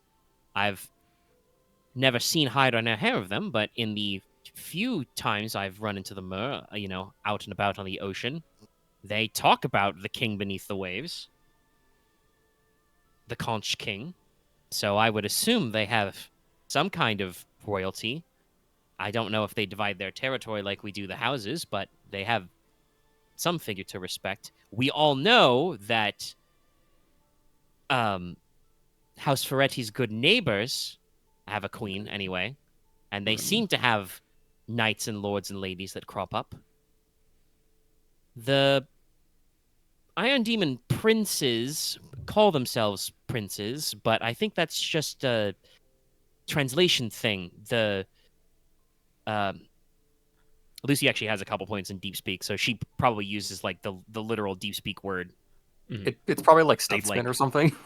Well, honestly, if we're talking in principle, it probably means like first, because it's probably like it gets translated to prince because one of the translations of prince comes from the Latin word princeps, which means first. Whether that's first in line or first citizen. So Lucy probably explained some of that etymology there as well. So like that's probably just our best translation for the first of their circle, the highest ranked, but not necessarily the best. I don't speak to the Mountainkin much, but I have met a few of them.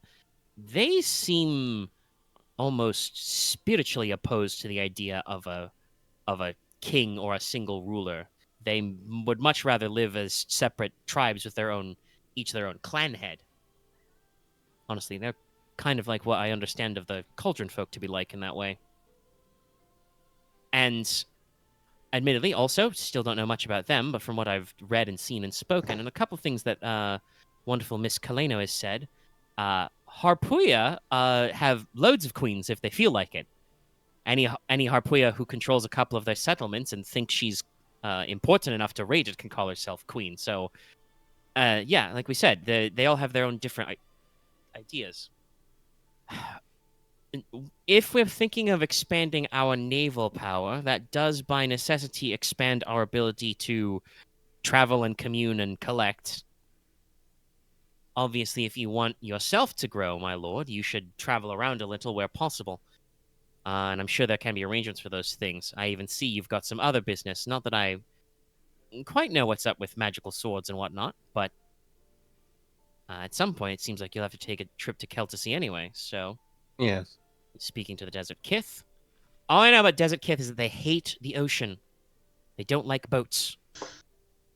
From what I understand, it is similar to the Mountainkin, although less dramatically opposed and more logistically opposed to central rulership. Mountainkin? I wasn't aware of the Mountainkin. Never mind. I think he was talking about Government. government. Yes. It took me a second. Oh, okay. Yes. Yeah. I thought he was still talking about the ocean. No. No, the I water thought thing is the thing. The desert is the No. thing that the Desert Kith of the Iron Demons share. They both hate boats for different reasons. The Desert Kith hate boats because they're a fucking desert people and they've never seen eye to eye, horizon to horizon water. It freaks them out. The Iron Demons hate the ocean because they literally can't fucking swim. Because they fucking sink.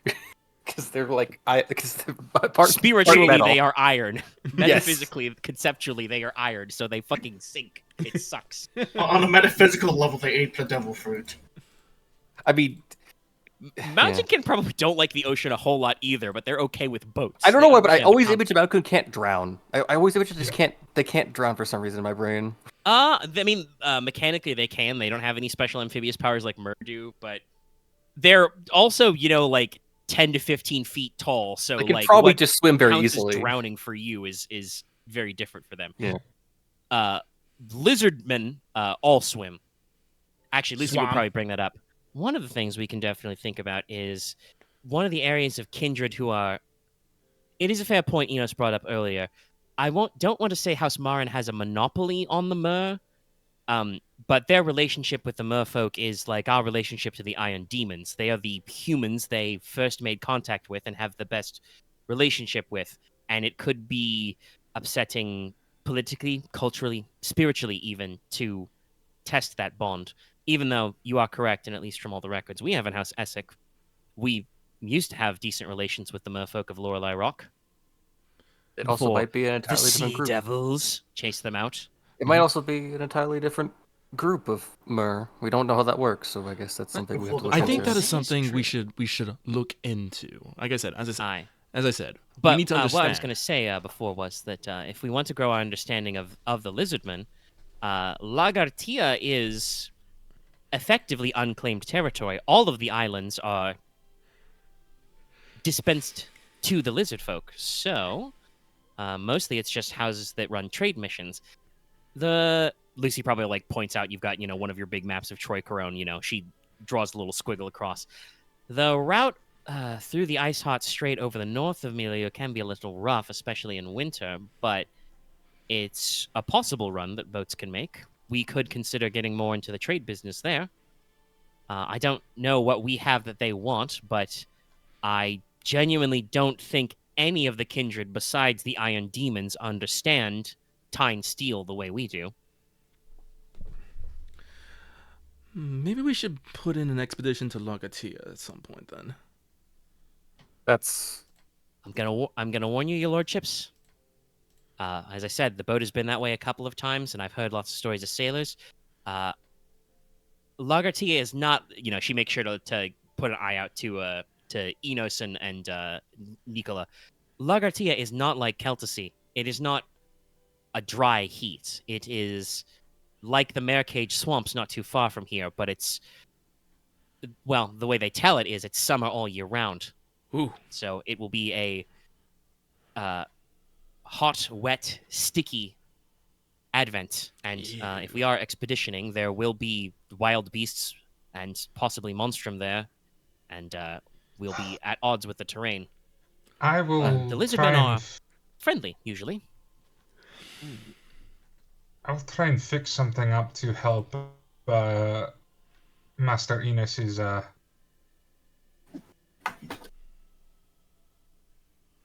constitution. I mean, I don't think we're planning this for at least a couple of years. This is at least 2 years Can't be down too the much. line. It can't be too much worse. Well, let us table that discussion for now.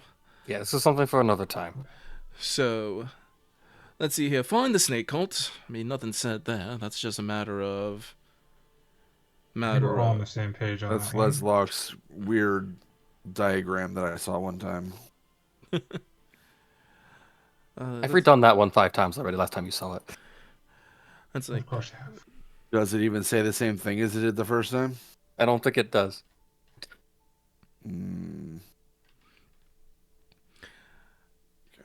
Anyway, Anyway. I do want to ask you, increase relations with the Cauldron. Cause what's your plan with that? Just start sending boats down there and saying, howdy doody, I'm one half Cauldron. Let's be friends. I think that was his plan. We're just going. Judging by his face, that was definitely his plan.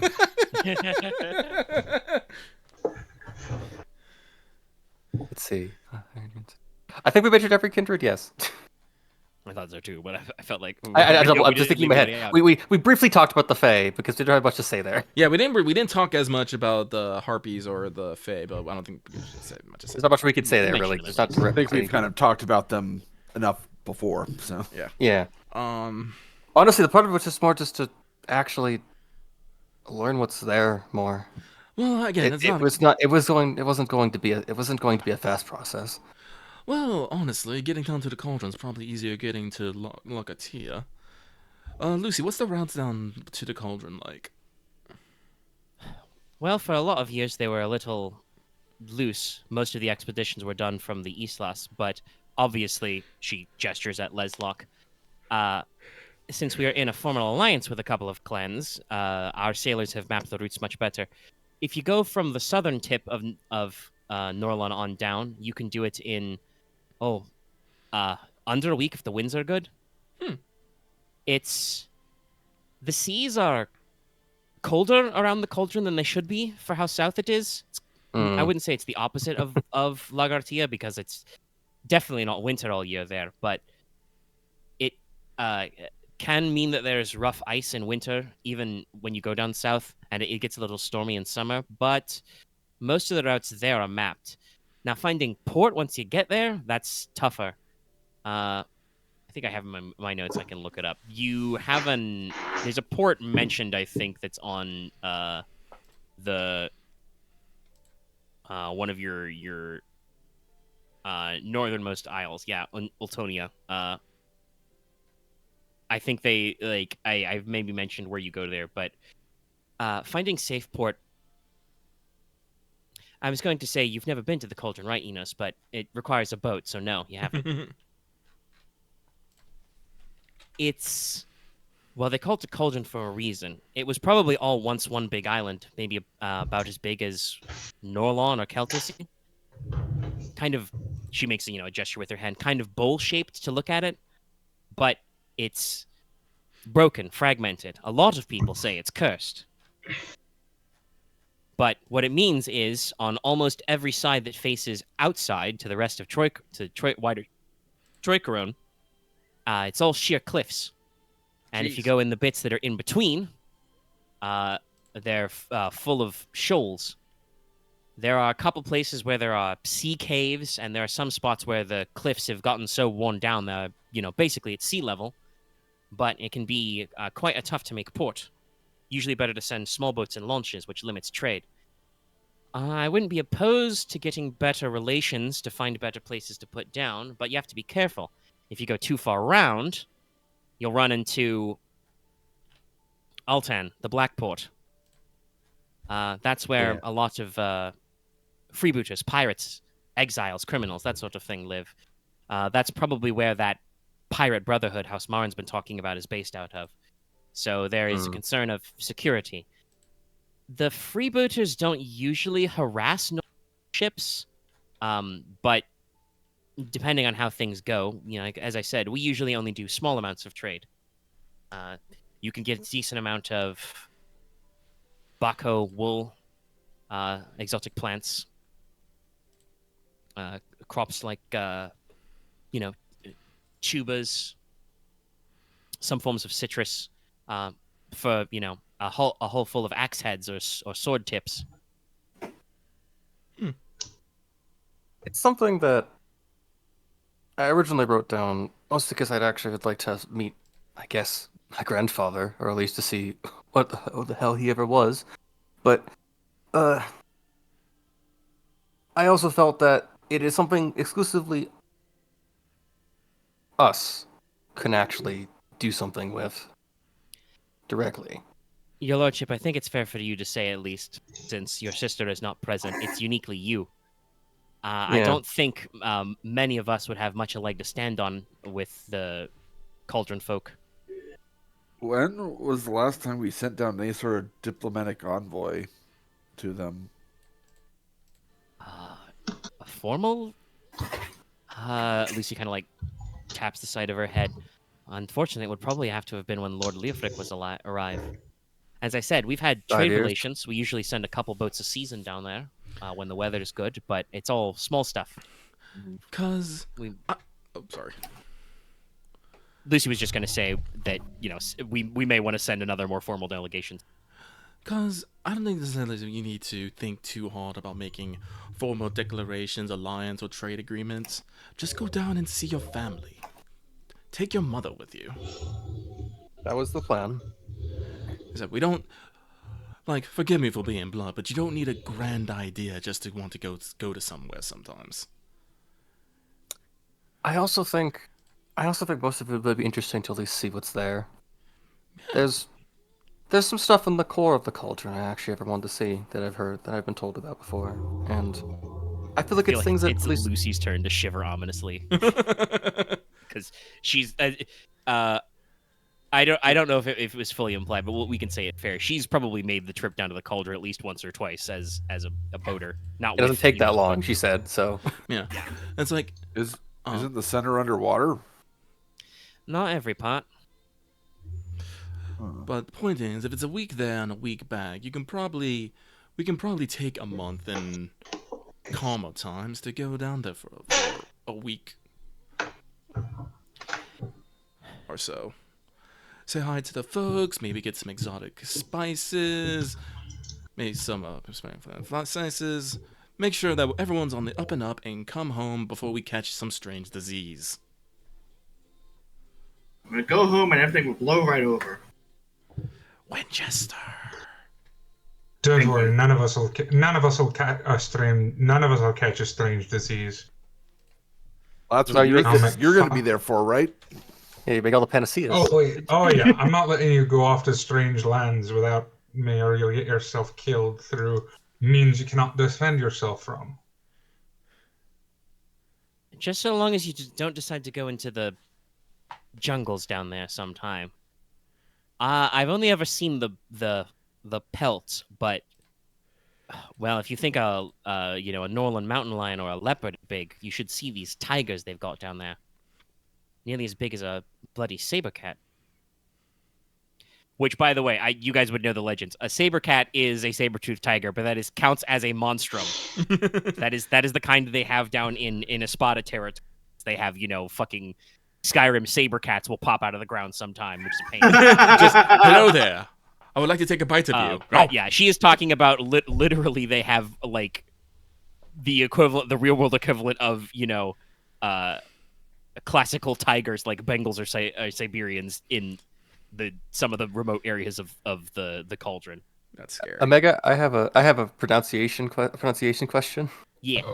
Because I think it's enough for the topic we're probably going to talk in a minute, and probably end this on. How do you pronounce the land that's next to Loki's labyrinth? Which part about? There is a place that Loki's labyrinth is next to that is called a thing, and I don't know how to actually say it. Oh, the mountain.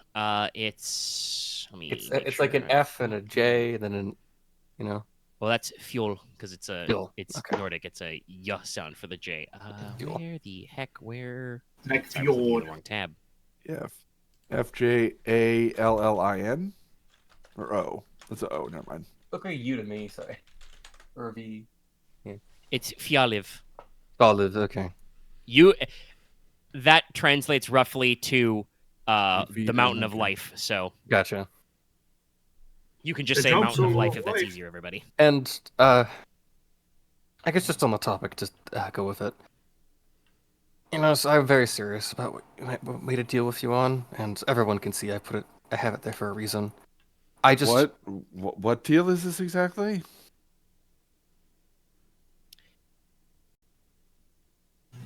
Do you want to explain it or shall I, cuz? You go. I have a part I need to say about it that's separate. So, on our first night here, when Cousin Leslok decided he was going to need a one-of-a-kind wedding gift to blow Narissa off her feet, he came to me. And I said I would do it, but it was going to cost him. It was going to cost him. The price being is that we basically I wanted him to cede more land to the Iron Demons. So that way me expand a little bit. As like I said, I've already delivered my payment. The jewel dragon pin has been planned, crafted, and given, and the marriage is set. We haven't formalized the full details of the transaction, but I do expect at some point for the good Marquis to make good on his word. Let's see. What was the total wealth value of the pin again? 6. 7? Oh, but it was 7. Was it 7? I remember it made wealth 2. Treasure 2. It was a little. I think it was 7. Was it 7? 6 or 7. It was It was around 6 or there. 7. It was 6 or 7. One of them. One of them, yes. Yeah, probably. And there's some muttering and tugging of collars. It's probably Everhelm seems like the one who has a good number for figures right now, and says, "Well, the pin alone is probably worth its weight in a lovely country estate somewhere, at least. If you're talking about fair market value." It's why he does kind of give. It's a friendly side eye, but he does give a little side eye to Enos. If you're talking about breaking off a castle or a minor province, you may have been overcharged a little bit, your lordship. But it is certainly worth its weight in gold. it is. Yes, and because Actually, of that, it's worth a lot more than its weight in gold. I have Its to weight look is into. very low. I have to look into who was actually to east of Brookledge and who was west of Falloff. Well, that's pretty easy. I can tell you that for sure. For sure, sir. Farlive way along the mountains, that's all House Wayland territory. Right up until it reaches the river whose name I don't remember off the top of my head. But that is, then it becomes Essex territory. Out towards Rookledge, well, that is all around the Corbwood is House Amir, and then once you go past that, it becomes House Gridarvol's territory. Once you get closer to the Silver Tower, right up until you reach the ocean, and then the old borders with the Fogvale. Somewhere in that, I mean, if you want a practical discussion, my lord, somewhere in that admittedly very large span you've named, is, let me double check how my own notes are spelled. What's the name of this place again? It is, right. You've got, somewhere along the way there, you've got Drakesborough. That's a whole town that's been set aside. It's not always, but I do believe the current lord of the town is one of the Iron Kindred. It's kind of a informal thing, but the town is right at the base of the mountains up to the Dragon's Eye. So if we were trying to... I guess we could extend that more and formalize it. Territory around. It's probably some common land. Between you and that is between you and Lord Inos, but you got to be a man of your word, cousin. That's why I have it there. I'm going to honor it, and it's why. This is the frame I'm working within, because I'll have to probably. I'm fine with just the fact that it's still like there's the specifics are to be discussed. No, I did not go to my cousin and say, you'll give me this, this, and this. It is, kind of pauses here for something more symbolic than that. Honestly, if you were to formally transfer Drakesborough to the Iron Demons and let us basically say we have that'd probably suffice. It's symbolic. That is not a formal relationship. That is just sort of how we've done things for the past couple generations. But you could do that. That should be within your power. I could officialize it and probably give you some. We would have to raise a question, I suppose, of that may be something to drop a line to His Majesty about where it concerns the division of taxes, and certainly a talk with the citizens there. I'm not an expert in tax laws. You'll probably want to talk to Old Stone about that. He's referring to the Lord of House Palak. The Cartha! Talk to the Old Stone about that, but I'm not, as I said, not an expert in taxation, but my father's run me through the basics. There could be a concern if we created some sort of haven against taxation. No, you're right. I hope But you understand it because of that. is a workable project, but it's something you'd have to keep an eye out. I mean, you're the Marquess, so if you say on your honor, the territory belongs to the Iron Demons, then that's that. But the question is, how are the Iron Demons going to enforce their new borders? Yes, and that is something that I I honestly think we're can't gonna have imagine they're gonna stand at the fence posts with hooked spears in hand and tell everybody to go home. My dear Hey, cousin, I have a question, Okay. actually. Sure. Was that pin? What was the pin made of again? Orichalcum Orichalcum. in gold with a giantess. Ruby. All right, I did think. Yeah, but it was the It's also a literally I marriage believe gift. it was made for the Orichalcum bar that you covertly slipped Inos that same Yeah. night earlier. Hey, you're gonna need this shit. But the point is more about the value of it and then what it has led to. What it has led to me being able to, Leslok having a direct line to the actual crown.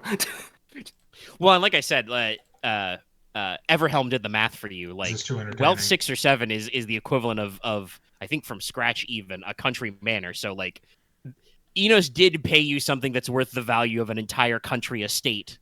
So Yeah, at, so I'm at going to minimum getting a give little him- land, but yeah, formally placing Drakesboro, which like I said, that is informally held. That's kind of the thing we talked about earlier with the kindred tribes.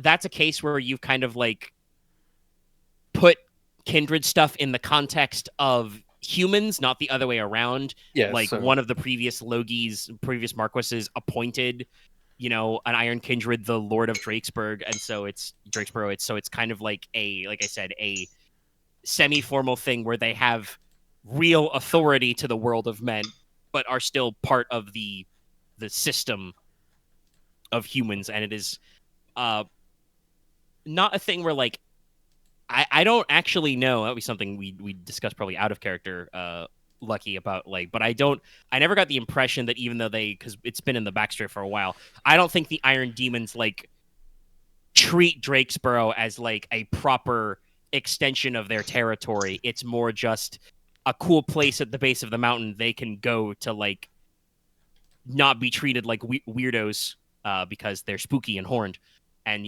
ply their trades that don't necessarily involve humans hiking all the way up the mountain because sometimes their little feetsies get tired.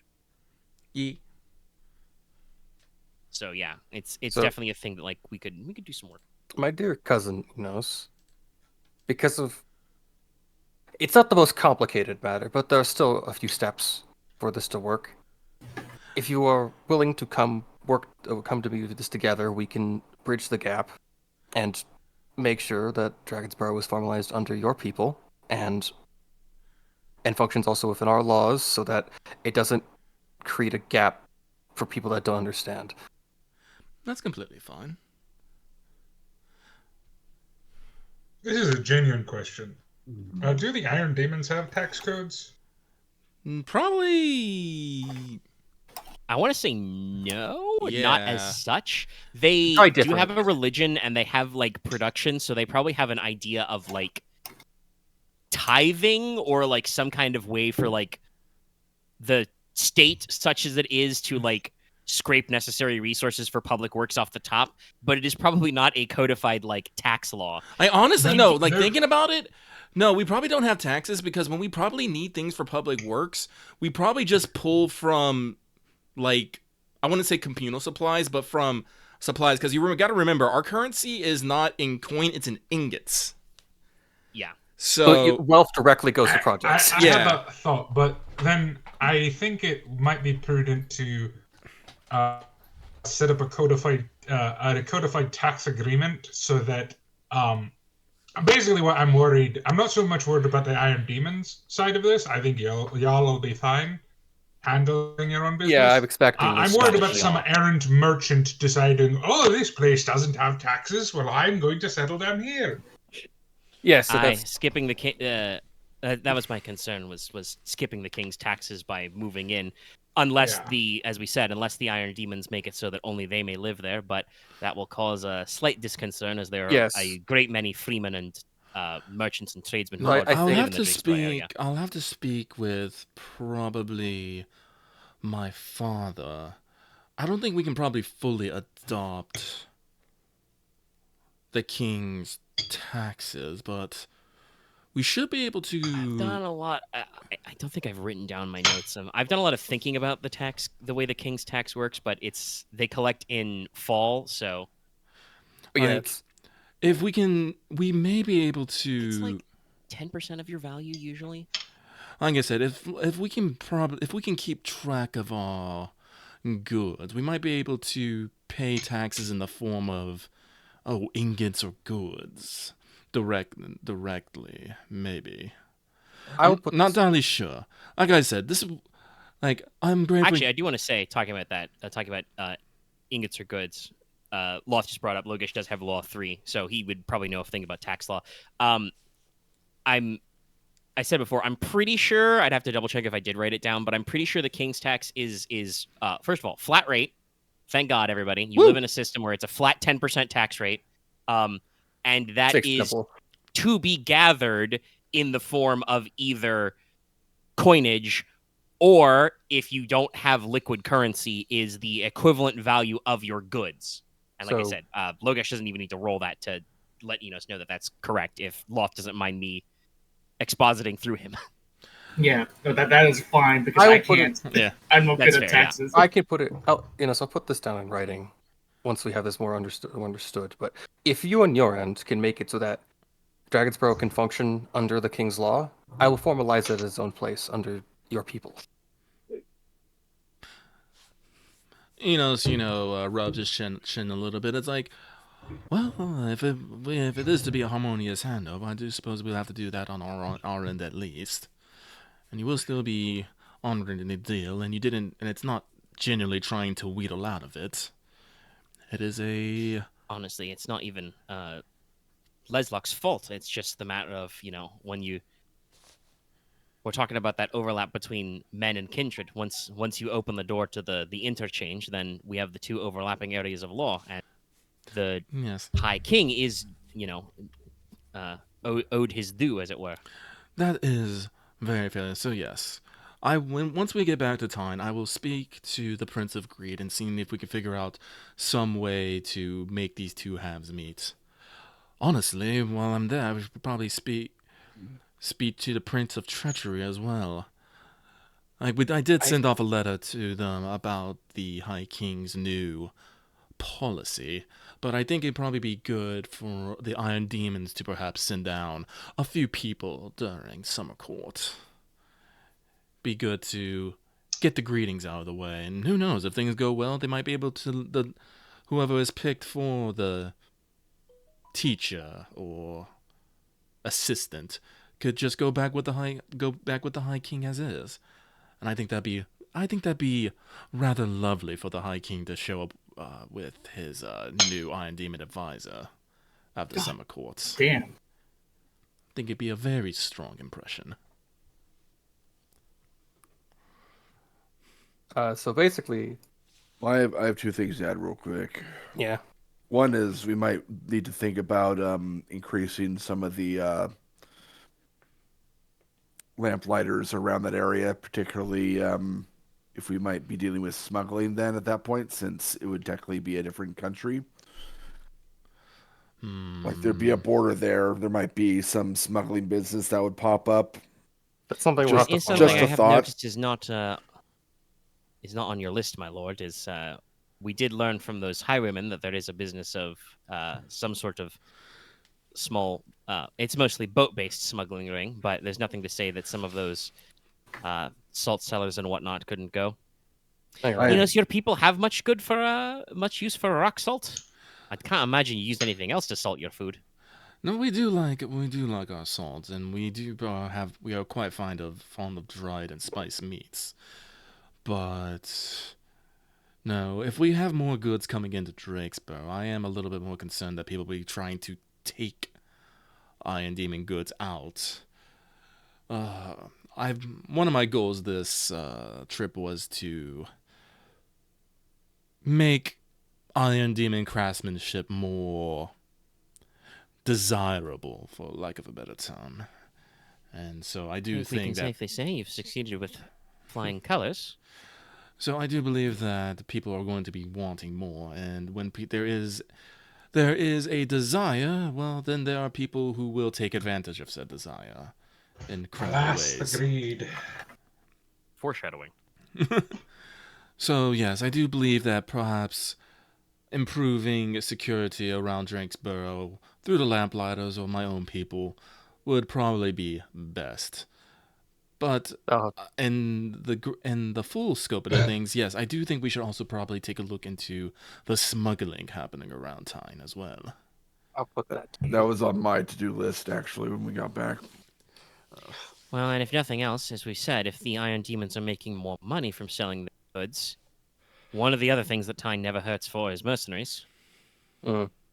Not that I would think the Iron Demons would be particularly happy about hosting a couple companies full of burly mercenaries in their shiny new town all the time, but, well, most of the mercenaries I've met are, the stern, hard drinking, hard fighting type, not so much, the parties and dance music all the time.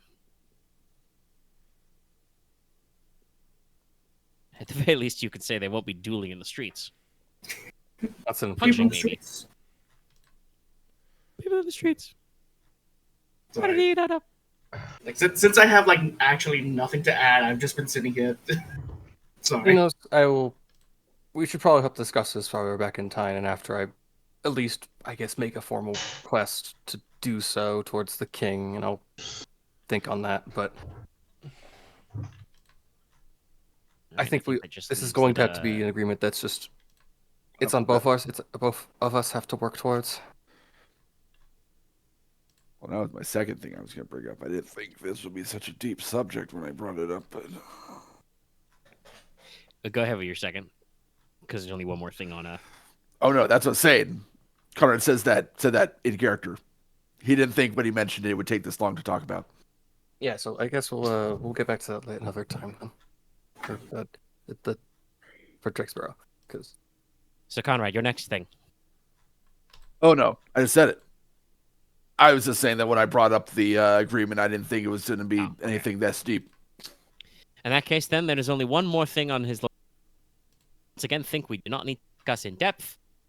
Don't know much about, magical sword stuff, but we'll find a season to go down to Keltassee. Yeah. I would recommend the autumn.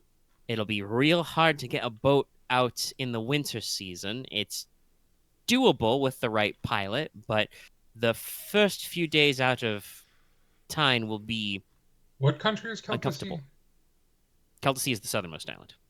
Our And own that's, spot. Specifically, right. I think you're probably, if you're going to go into the Golden Desert, you'd probably do that from the Oro side. Yeah, so probably I'd be like, no, trust me, you want to go in autumn. We're not going in summer. We're not. No, I understand I entirely. refuse. Yes, but it's something I'm not expecting for at least a year before we have time to do We'll it. keep out an eye for opportunities. We have solidified your agreement with Baron Oro. At the very least, you've got to pay him back next spring. I would say spring is also, if you're willing to wait a year, spring is also a good time for it. I am fine waiting a year for this. I mean, I would say I am heading to Keltassee fairly soon after we finish our tour with the Prince. Mm-hmm. So if you wanted to take a detour from that, I have to report to the Alchemical College for mastery. I can sail the Sea Wolf all the way around that way, but that means you're going to be going the long way back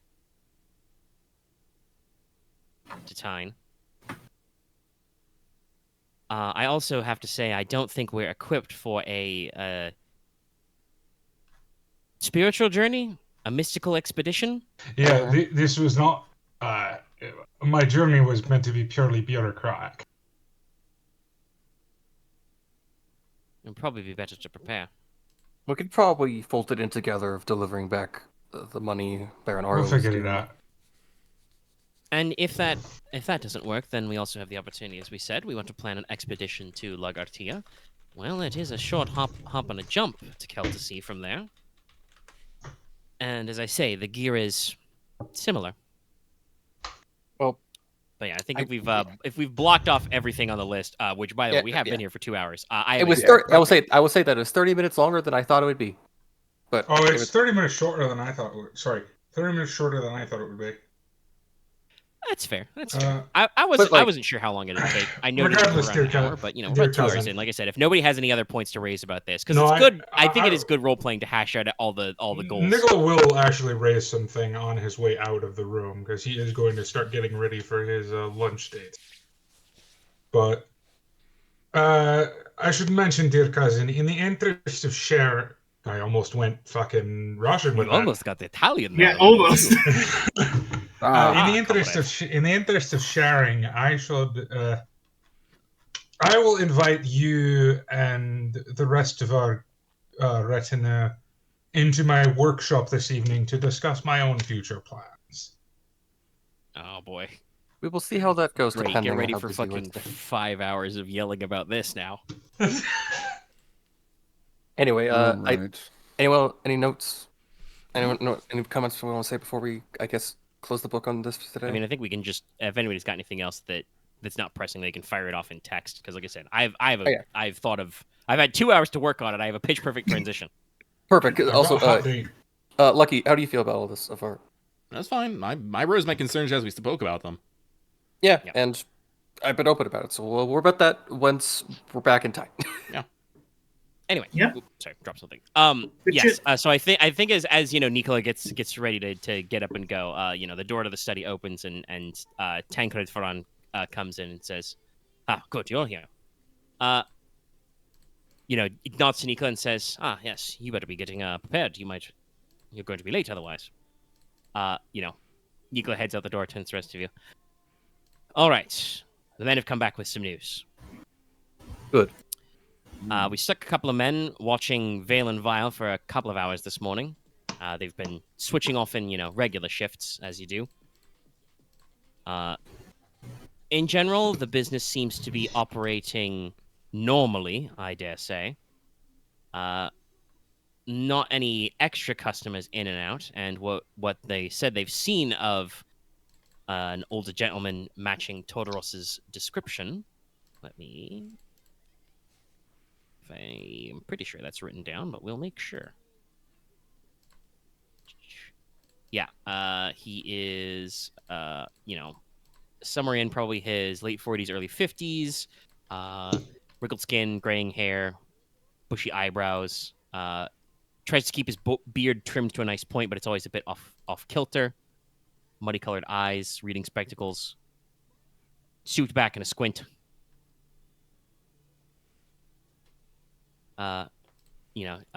Lord Tancred even says, some of the lads say they think he puts boot black in his hair. But that's what the locals say old Todoros looks like, so he's still in there.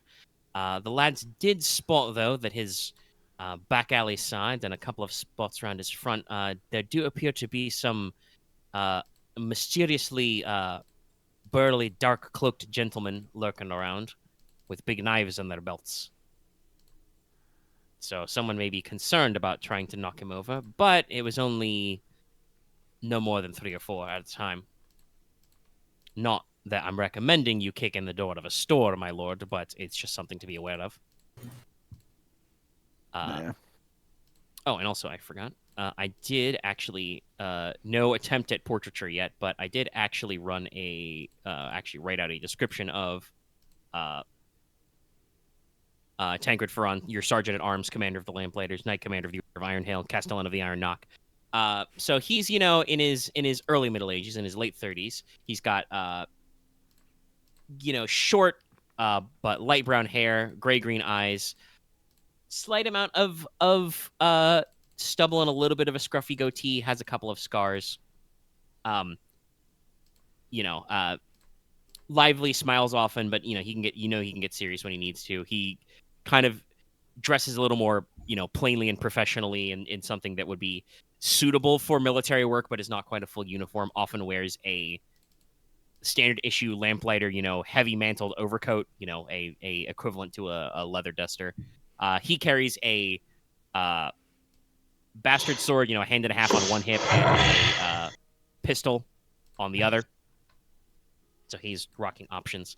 And he says, the other thing, you pronounce this Lichtman house? Lichtman? I hope everyone's just like, what is this place?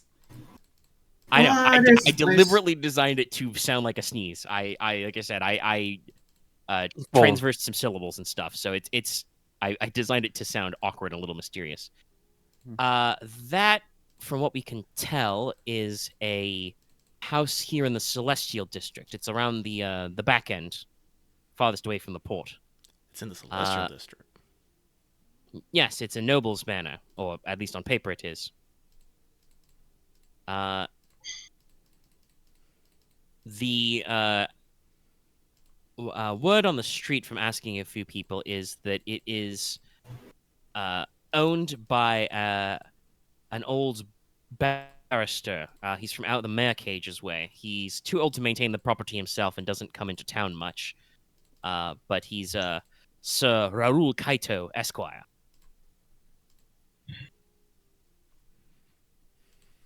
He's officially on paper as licensed to practice law out in the Crepaldi region. That's House Morai's territory. The manor appears to be under the management of some young lady known as Fallen Catullus.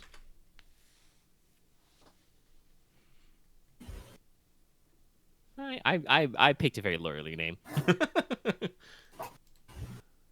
I mean, Raoul is the name of Raoul was the name of our son. But that we don't know much about from just a morning's activities. I asked a couple people about her when we were inquiring about the house.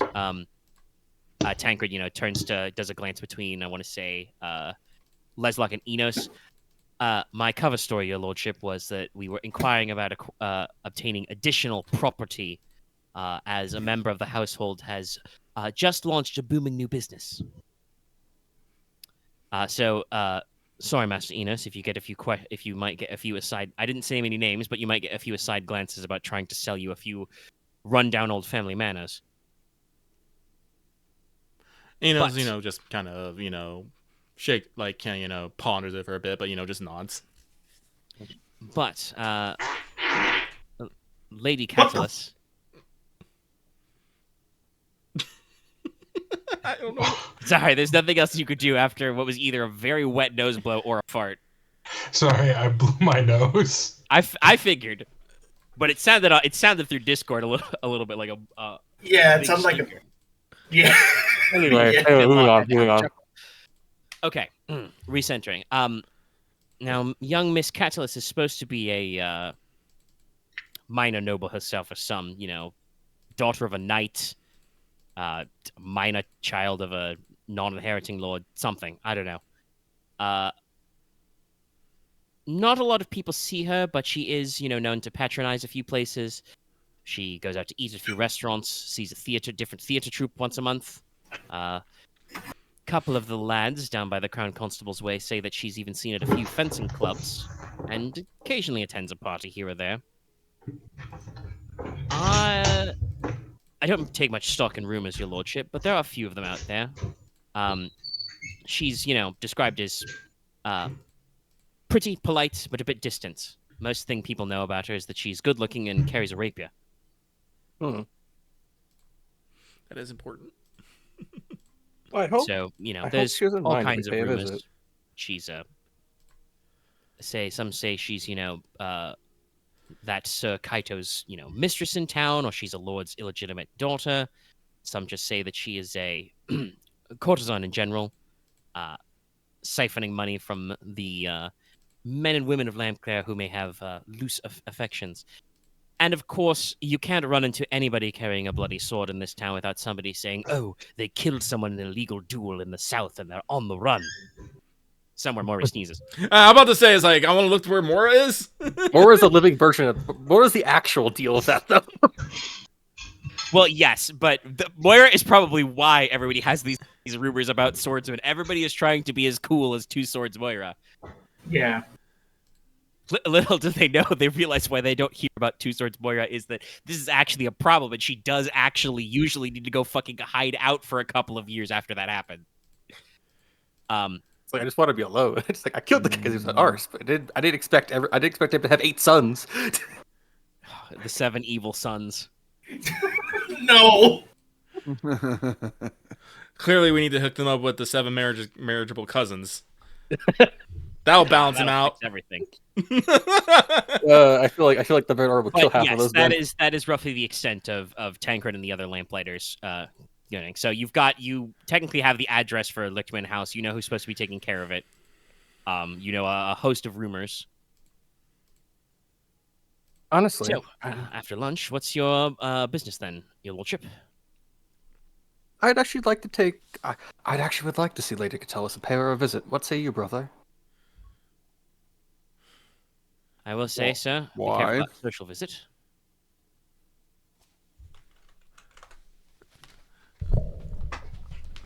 I would Actually, say this is a good question. I know you wrote down the name and gave it to blah blah blah blah blah. Konrad. Sorry, I forgot your name for a second. I'm sorry. I feel like I'm slipping in and out of like being wide awake for stuff, and then sometimes when I lose focus, I feel a little sleepy. Okay. Oh no. I blame the turkey. Let me drink some more water to re-energize myself. I was going to say, you told Konrad the name of Lichtman House, and you said you got it via sorcery. Did you describe to anybody the silver tongue is in the exact gallery process? Yeah. Yeah. So yeah, I was just wondering if you like had specifically done. I wrote that down in the note to Konrad of like. Okay. It'd be the gallery of here, I think. Yeah, so to catch everybody up, if Leslok has explained it, that means that it would seem that if that is who owns this house, then either Miss Catullus herself or this, Raoul Esquire is in illegal possession of your father's sword. I'd like to get it back. Just call us the repo men. And going to talk to her is going to Okay. achieve this. No. How? We're going there with at least 20 of our men, and we're going to just take it back ourselves. I don't think that's a good idea. I think I don't know if 20 men is the right number, but we have to scope it out. Like if we I just I want to can't, go, I can't say it, but Logesh will probably spout student of the law 3 reasons at you why. It's. I mean, That's illegal. Konrad has student law too, also. So You're right. I mean, here's the thing. Okay, we've talked about this before, right? I was still You've telling you got- I'm allowed you've to got do King's that. Law. There is remuneration against, illegal actions by all people. But we talked about this last session. Leslok is pretty high ranking.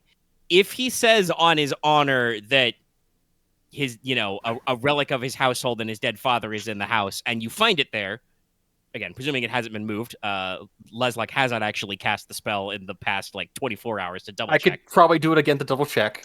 Yeah, you could do that. I'm not saying you have to, but I'm just saying, we'd run that by very fast. But I'm saying that when last you checked on it, it was there. So if you go there and find it there, then your grievance is more legitimate than just knocking down the door. That is the point. Leslok The problem wants to make is about that, it, but yeah, as you said, I established. think, and Sir Tancred might put this in these terms. Marching a bunch of men down there at broad daylight, it is literally around noonish time, would probably cause a kerfuffle because it is in the Celestial District. No, you're Perhaps right. waiting for maybe send a smaller party to scout it out, because like I said, this is just what one of the 2 Farran lords probably went down to the old courthouse and the records office and looked this shit up and then asked some questions. Nobody went, running through the Celestial District looking. So Then yeah, I guess. and you guys, obviously, if you want to roll your own skills to see things, could go see. But probably scout it out in the afternoon, and then maybe around night-ish time, go see and knock upon the door. I guess the question is, Leslok, you're convinced, you saw it via magic, that you are sure you executed correctly. I know what it Obviously, out of doesn't character, work. we know I that know he- what it doesn't work. Yeah, and out of character, obviously, we know that he succeeded on the roll. You know for a fact that you've got action on this house now that you know what this house is. Whether you kick down the door or knock on it, like that's on you to be about. Like, are you expecting to get like a knife in your gut when you do that, or what and how That's you want to fair. handle it? That may be something that you need to like convince the rest of these guys of what the strategy is. But like you said, a Right. It's like military strategy is doable, but will cause there to be questions. But also, if you go loaded to bore, you gotta like watch out for, like I said, like the consequences. Like if you show up with 20 armed men and knock on this lady's door, if she is bad or knows bad people, is she gonna answer? you're right. So, Then like, The point I was trying to raise up originally was we could just go talk to the authorities and get their green light to go investigate the house. something else that you can go try is you could just go ask them for the sword. You don't know exactly how they got it. They might not know that it is, the sword of fucking Leofred Logi that was stolen the night of his murder. Or you can They send could just be someone like, in- "This is a cool sword." Yeah. I mean, I know it's ironic me bringing up the option, but there is also stealth and non-confrontation. Like I said, so no, going to the authorities and doing what military might is one option. But again, you don't have the full picture of why the sword is there. I think yeah, the crew is running like you've got your full Marquess, you've got a fully loaded tactical suite. You're right, yeah. This is truly an immersive sim. You can do whatever you like. You want to go in there and like drink 4 potions of strength and tell Konrad, obliterate every man who stops us. We can do that.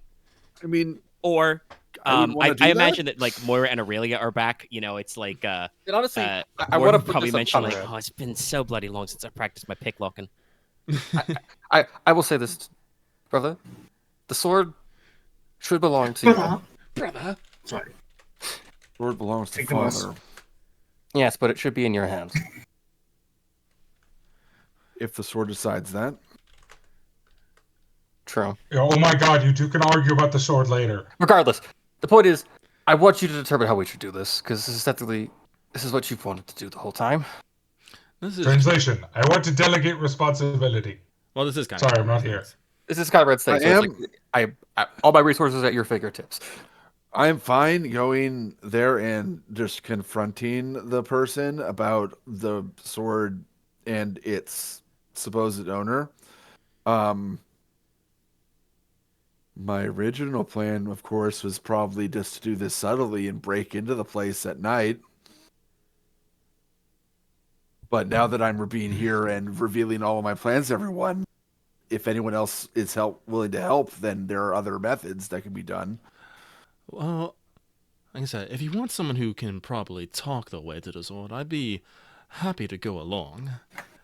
Like I said, I'm not a slouch in a fight. So if it was a few people and if things go south, we'd be able to handle ourselves. Though I would ask that we go probably tomorrow at least.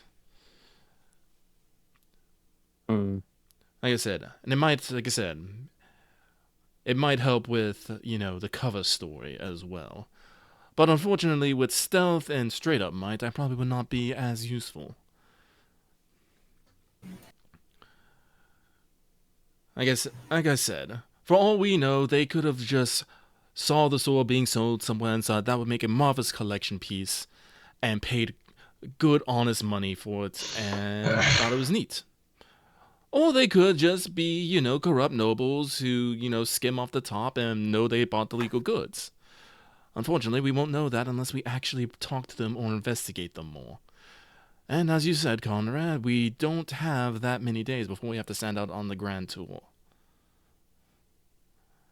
So I guess the choice is do you act directly and and possibly harm harm or I'll use the term harm some innocent people, or do you? Nah, he'll just leave it at that. Or do you find some other route that's probably a little bit more? I'm I fine did. choosing a different route, and we can wait until tomorrow to approach the house. Yes. I did throw out a Perhaps we text to can remind everybody that. Yeah, I was just about to address that actually. Yeah. I wouldn't mind if we kept an eye on Todoros and that veil and vial of his, because Oh yes, those places we seem know absolutely sinister. that they're connected with the syndicate. Kate. Oh yes, I don't think there's necessarily Thing. any reason to be kind to them. There's also the fact that we haven't caught sight of that lady. What's it called? Madame Feline. Madame Faline that was mentioned to me, and well, perhaps tonight. If not, well, we can just approach the house and see what comes of confronting them directly with words. If you want to have your lamplighters stationed by in case there's a kerfuffle, that's probably all right too. Just don't have them all pressed up against the door when we knock. Of course. All right, that's fine. All right. I leave it in your Yeah. hands. So Konrad. tomorrow, tomorrow. Enos will accompany whoever and try to social our way into getting the silver tongue back. Well, not the silver tongue. What was it called again? And Yeah, Silver Tongue. Silver tongue. Silver Okay. tongue. Do you want to do anything direct with the Veil and Vial today, or are we just keeping an eye on it? Like, Konrad said some stuff there. Is Wargman going to crawl in their back door at night, or No, okay? I leave it. since we also haven't translated it or attempted to do anything with the. That was gonna These probably be on documents, my to-do list. Right, I forgot to do my point of language point today. Yeah, I haven't actually read the journal, so I picked up another point in a penitent sign. Well, we know that he didn't finish all of them, but Leslok did look at the books at least. Yes. So if you want to put your 1 in Thieves' Cant, that means you're rolling. I was gonna do that for like another day, but I Yeah. would put the point in. That's there, fine. You can so do yeah. that another day. But also, if you did do it, you are still rolling, 1 plus your knowledge. So That'd only be 5, yeah. So we'll not wait. the greatest pool in the universe. But, In that case, In that case, Conrad's probably going to do some shopping in the afternoon, but nothing else for the rest of the day. Leslok's just going to leave. He's just going to say like for this direct matter, leave it. It's under Konrad's call. Oh yeah, actually, brother, maybe tonight do your thing again and make sure it's still there. Will do. Actually, I could just do that right now, but right. And I I did can it do that right but now. Start pouring his No, it's like- silver bowl. It starts pouring the water in.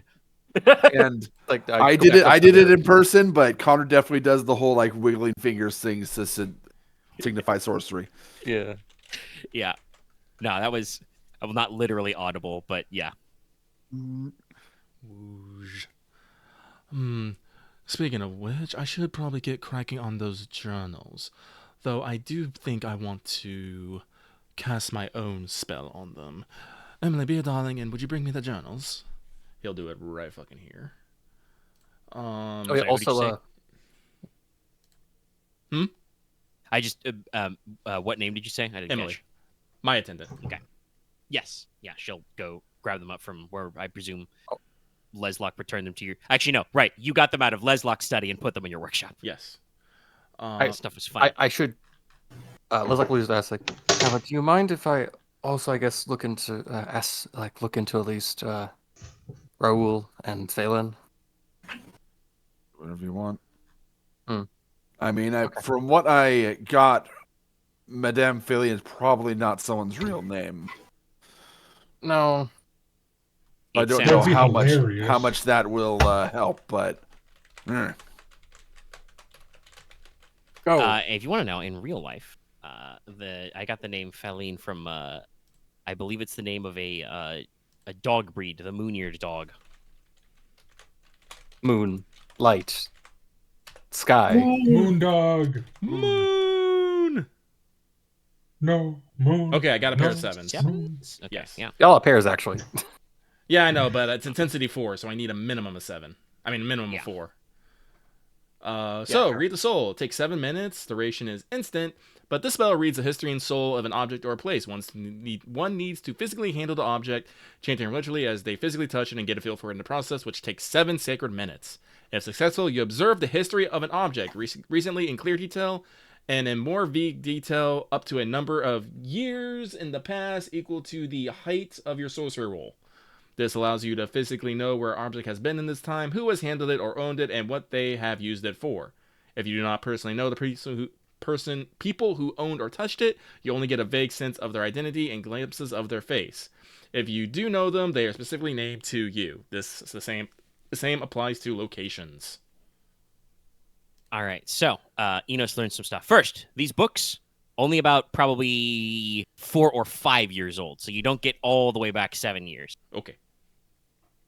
But, I mean, basically what happens is as we said, for about 7 minutes, you ritually chant to yourself as you touch the book carefully, brush your fingertips up its spine, flick the pages, feel the pages, all that stuff. Get a little smell of there. They smell like moonshine stills and basement of a Sad. dockside pub. Mm-hmm. And then basically you to everybody else, it probably looks like you roll your eyes in the back of your head, but to you, your vision basically forms kind of like a movie reel of what's going on, kind of in reverse, basically, like you're running the film backwards. So you see these books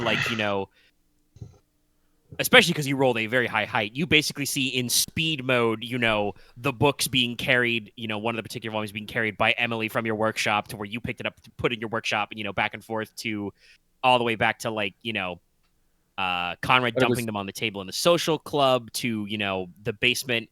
And then things start to get a little more even more fast. You do know Carver because you met him even if it was several years ago. So his features are a little blurry and they in your mind's eye they kind of transition back and forth between what you remember him looking like 3 years ago and then your magic's best attempt at what he looks like right now, right? Little smudged, broken nose from where Kefis punched him or Konrad cold cocked him with a shoulder blade or something, that kind of stuff. But you basically see writing. The books are ledgers, so it's all about just back and forth. There are some times where you're sure that in your mind's eye these ledgers sit unused for days, sometimes even weeks, and then feverish scribbling. You can't really literally watch what's being written in here all the time and recall everything as it was written, and you wouldn't understand it anyway because it's being written in code. But you definitely understand that this thing has been in a dingy basement being scribed for years at a time. It does appear that only Carver or people you vaguely understand to be working for him touch it. Okay. And scribe back and forth. Nobody who matches the description of Madame Phaline or even Todoros enters your point of view. Okay. I will simplify things for the sake of expediting. There are a couple of faces you glimpse in your vision, which if you describe those later to everybody, Konrad can tell you is probably... he is not frequently writing in the book, but Steve Suman, or Sudgman, the owner and operator of the Gilly Green, is occasionally around these ledgers while they're being written in. He's handled and moved them out of the way because they're in the cellar and stuff before. And some other guys who are probably just goons. Okay. But yeah, basically you rewind time all the way back to I mean, like I said, you have exceeded the lifespan of this object, so you get to rewind the film all the way to like being made in the bookbinders. From the point where it starts as like a loose leaf book binding of a couple of like thin wooden panels and a leather binding, and the paper is glued in and all that stuff. Okay.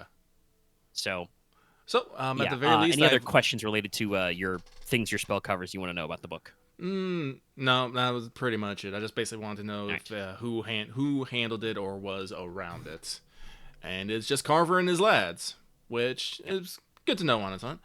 After that, I would like to roll Student of Espionage to see if I can code break this book. Yeah. This is that'll probably take a decent chunk of your afternoon if it works, but yeah. I will then, after we're done with that, I will go do mirror. Okay. I mean, technically, we should be. I don't know how much detail Dallas will technically be cutting across to him and his. I'll call it a lunch date. Nice. Yeah, I got it. Neat. But that is technically going on because, like I said, that's going to take Enos a couple of hours. Yeah. Yeah. At least.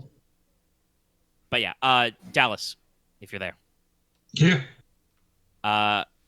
Anything in particular you want to cover into the scene with lunch at House Marin?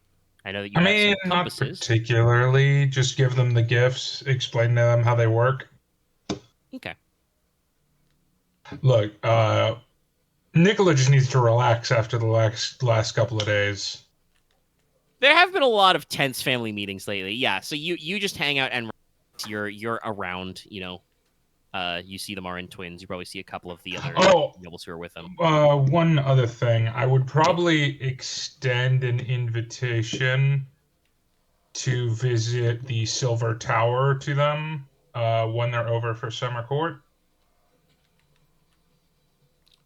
Bold of you to assume. I think they probably. I mean, I do live there. Well, sometimes, you're the court physician, so you probably stay mostly in Stonehearth.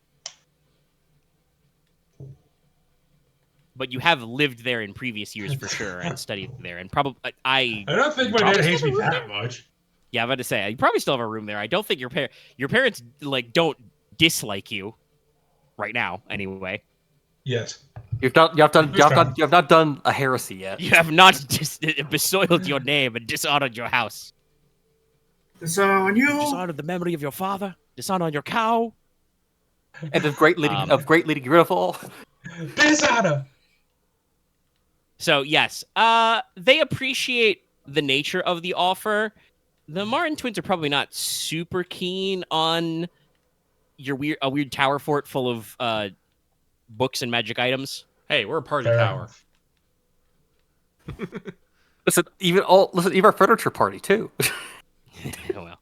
Yeah, but definitely they think that probably their sister Alarion will get a kick out of that. So, certainly arrangements might be made. Oh, I probably Team would Girl definitely- Squad. Yeah. Who knows? Maybe there will be something there. You guys, this is another thing. Like you guys might want to go to the Silver Tower, and then I'm gonna have to actually think about what cool shit they've got in their basement.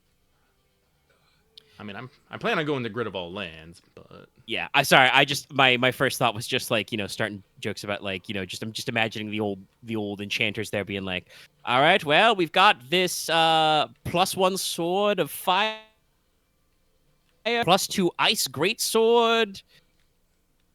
We've got a spear of killing beasts. That's not really that great. We have the anti-boar spear. Elven plate mail, boots of walking. Oh, and we have a holy avenger.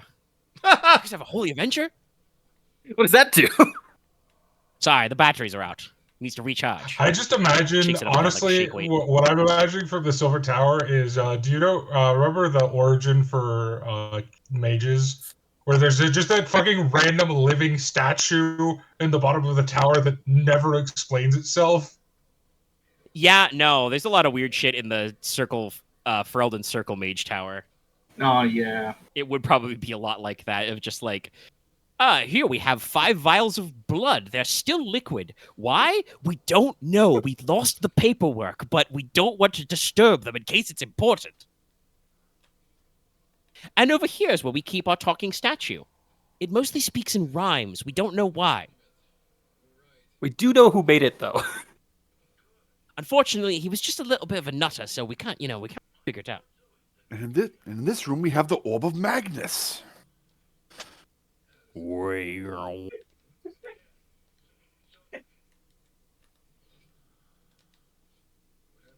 many Skyrim secret sounds. basements are there in that place? Well, if it is anything like most magical schools you run into, there's a lot of shit in the basement. They might have 4 basements. It's basements all the way down. It's basements until it's not basement you're down anymore, and you're just in a dragon. It turns out one of the secret entrances to the old land of the dead are just to the Gridarvol basement because they just kept digging too deep. And eventually they accidentally hit hell and they're just like, too far. Close it up. I wouldn't call it hell, but it's like they found a holy site, and it basically it's like they like 10,000 padlocks upon this door. Never open it again. I want to imagine just an Iron Demon just leans into the frame, like, "Hey, you can't be here." yeah. They just like it's like Minecraft. They just pitfall into the bottom, and an Iron Demon just pops out of the hole and is like, "Oi, stop that!" Like, we're sealing this hole. We're never speaking of it again. And then you guys come along like 500 years later, and Leslok just points at it and is like, "Hey guys, what do we keep behind the door with 1,000 padlocks?" And they're just like, "Oh, I don't know. I've never opened that door." I'm just picturing it's when the Iron Demon pops out. He just points to a sign. It just says "No solicitors." no living men here. I just imagine the Holy Avenger being the last thing put against the door. It's like, no. I mean, it could be worse, an Iron Demon popping up and saying, "No, nice." It could be a Bone Devil who just pops up and is like, "Hey, Nice tower. can I eat your bones?" Aren't No. you supposed to kill most of those things? I mean, they're supposed to mediate the border between the living and the dead, but we can't assume that they have 100% coverage of every land that's underground. That is fair. Need me some bones. You don't need all of them. I just love the idea of like fucking ancient ass enchanters found like the gates, and there's just like a bunch of like super like decked out Iron Demons in like full armor and weaponry, and just like hey, leave. You're not allowed here. Go, never come back. Yes, What's that? Fun fact: that is the Circle of Limbo. It's that gift from RE4 where you open the door, there's a generator, you just instantly shut it. Hey, you have 206 bones in your body. You don't need all of them. I was gonna make that fucking joke. I was super gonna make that joke, but we got fucking. Sorry, I mean somebody already. I think it was Aren already made the "you don't need all body" Yeah. joke, and I instantly went, "How many bones are in your body again?" I always forget. And then I literally googled it. It was like, "You don't need all 206." You're at 16, I thought. I'm a bone devil. The number of bones in your body is weird because technically you have less as an adult. Right. Yeah, because Several of them fuse together. I think Google is saying 206 is the number in the average adult. Anyway, back to the good gift, Aaron. Correct. I mean, that is accurate. That is literally what it's like if you guys go underground in Teine. It's just like, nope, gotta go. Better skedaddle. I love the end where the guy holds up the lamp and it's just a skeleton with the fucking trumpet. You fool! Konrad wants to go shopping in the afternoon, so we'll probably move there. I don't want to move too far from Dallas's moment. If Nicola has no other things to announce, we got kind of funny about the Silver Tower. I'll take that as a no. Skeletonize him. Mods, skeletonize that man. Send him to the Bone Zone. No. Send him to Brazil. Heard that joke way too much on Friday. If Konrad is going to go out and about shopping, he will probably be able to accomplish all of that before Inos has finished crackerjacking those books. Okay. That'd be good.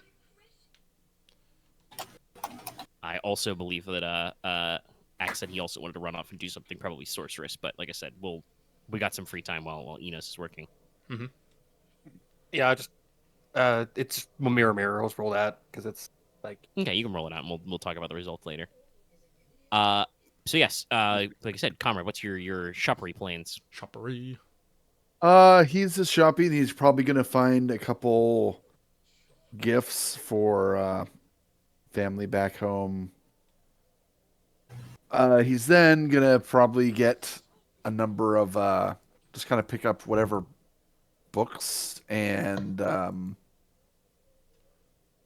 various some like just like jewelry from other parts of the world. Mhm. The books in general would probably be not necessarily how to put it. Pretty much what he's doing is he's planning at some point bringing some of this stuff back to the Iron Demons. Kind of like I know what Enos is doing that too, but it's Konrad. They did help him learn blacksmith enough, so he feels like he wants to bring something back. Yeah, finding some simple crafts and stuff. There's It's probably not- a lot of these little things. Yeah, it's you not can- necessarily like things that's like, oh hey, this is how they do this out there. It's like this is what is possible out there. Yeah, so not necessarily like you don't need to be like, hey, look, they have iron skillets here. It's more like, finding little bits of jewelry and stuff that would make sense. There's Hey, way down the place with all that sand, they melt Yeah. that sand into glass. In this fashion.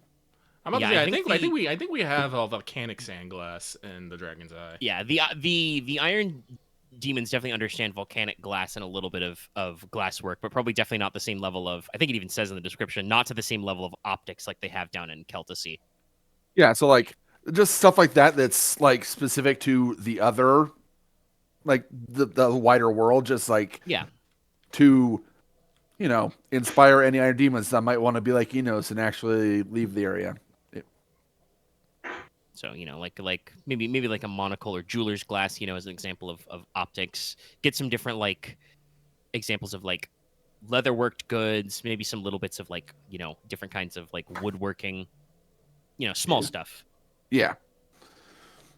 Charms, tools, accessories, belt buckles. And then specifically, I believe for Maja, I was going to try and find a like a painted portrait of like maybe the what are the mountains on this continent or island? I forget the main In islands. Midius. Yeah, the Midius. Like The a mountains nice, of the nice like portrait of the Midius Mountains, preferably could maybe probably during find winter some when there's compact snow on landscapes. them or something like that. And then I'm getting a like a wind chime for Yabel. Okay. Like a nice one, probably like silver chimes and some like probably kind of coastal motif since it is a coastal city and all that stuff. So Hong Kong. Yeah, probably something. I would imagine that's probably something that's like technically imported from the Islas, but yes, would be sold in these markets. Like little, as you Yeah. said, little windy chimes. A little bit of extra islander oomph in them. and then lastly, with the last of his money, he's just gonna get a nice good quantity of alcohols from Celticy and from Ferretti. So like the brandies and stuff that they have, just to kind of so he can. Well, some of it's going to go to Conti. He's going to use it to bribe him later on, but he figured he might enjoy some wine some wine rather than what we have up there. So, but yeah, that's what Conrad's going to be buying. Nice. All easily accomplished. Oh yes, and a riding outfit. Ah, yes. You make sure to purchase some clothes suitable to ride. I did mention this earlier, but it's still to get remarked on. That is something you guys may be thinking about is outfitting yourself for a week's long tour. You guys don't own any horses in this continent because horses famously do not like being boated places. They dislike it. And I once again genuinely cannot remember because I feel like every time I bring this up, we kind of hem and haw. I don't know if you own a carriage once again. We have not actually bought a carriage. No, we have talked about it. We have not actually done it. I feel like Yes. every time I say it, like Leslok is like inside his pillow fort in his office and doesn't want to leave. Wait, what? I mean, you're the man of the house. It would be your wealth or treasure buying a carriage. True. That said, a common traveler's carriage usually only holds between 6 to 9 people, so I don't know. You may also want people to be on horses as well. That's something you guys are gonna have to think about the next couple of days. But yeah, it's just one of those questions of like transit that never gets sorted, no matter how many times I bring it up, because you guys Okay, are yeah, just we like, should get a "Fucking carriage. walk." We'll get a carriage. All right, you purchasify a carriage. It is done. I think that's like a At gentleman's long carriage. last, a Like 2? carriage. Well, 2? I'm sorry. I'm sorry for that to It say. feels like one of those things in games when you keep forgetting to buy something that would make you convenient for you, and you're just like, fine, I'll fucking buy it. But what if I need this? It's like the fucking. It's like an MMO with a fast travel system, like WoW or 14, and it's like, hey, did you know if you talk to these people and you owned a carriage, you could use the carriage signals to get around? And every time we walk by the fast travel point, Leslok is just like, fine. But yes, I believe gentleman's carriage. Gentleman's coach is 2. Yes, that should be easily swung for Leslok. Yeah. Okay, all right.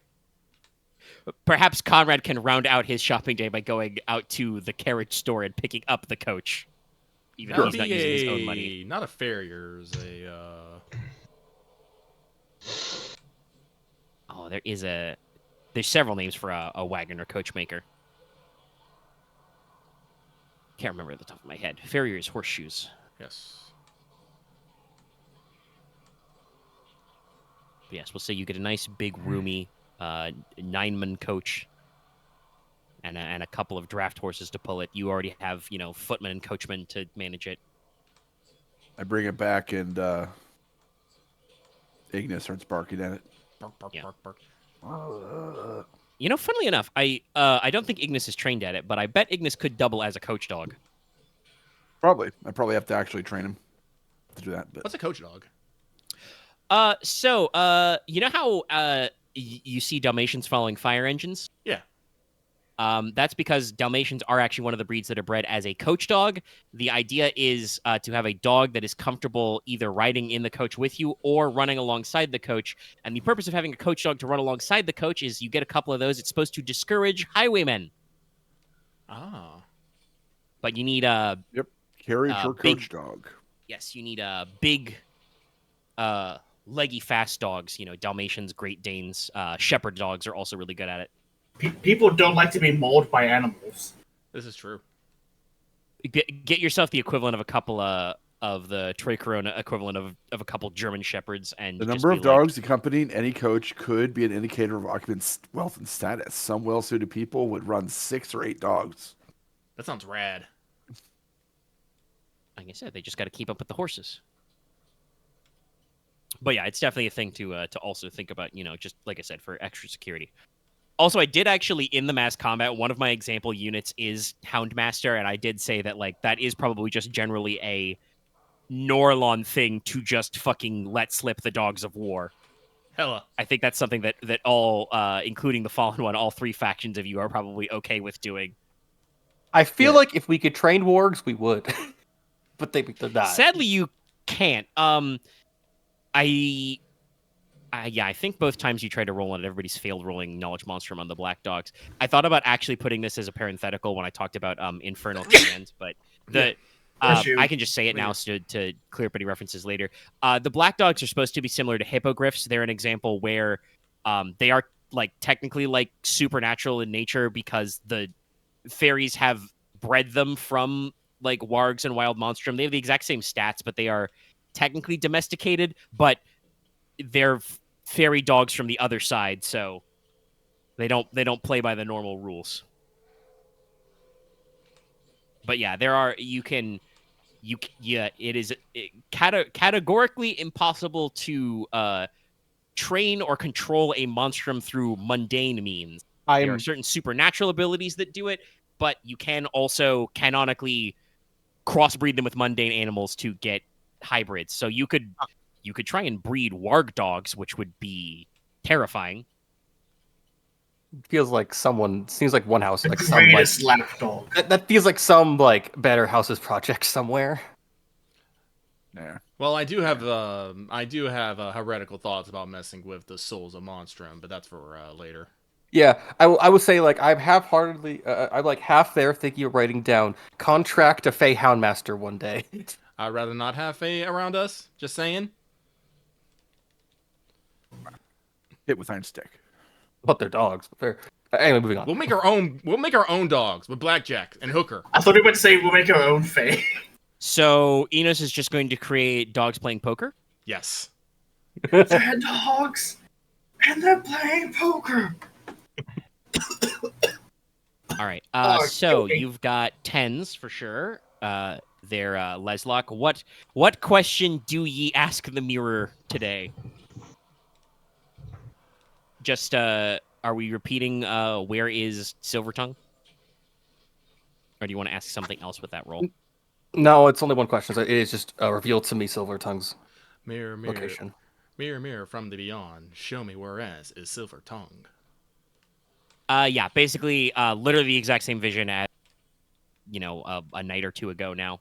You see it in the display case. Like I said, the hilt and the wrappings could use a little polishing, but the blade gleams as sharp and clean as you've ever seen it.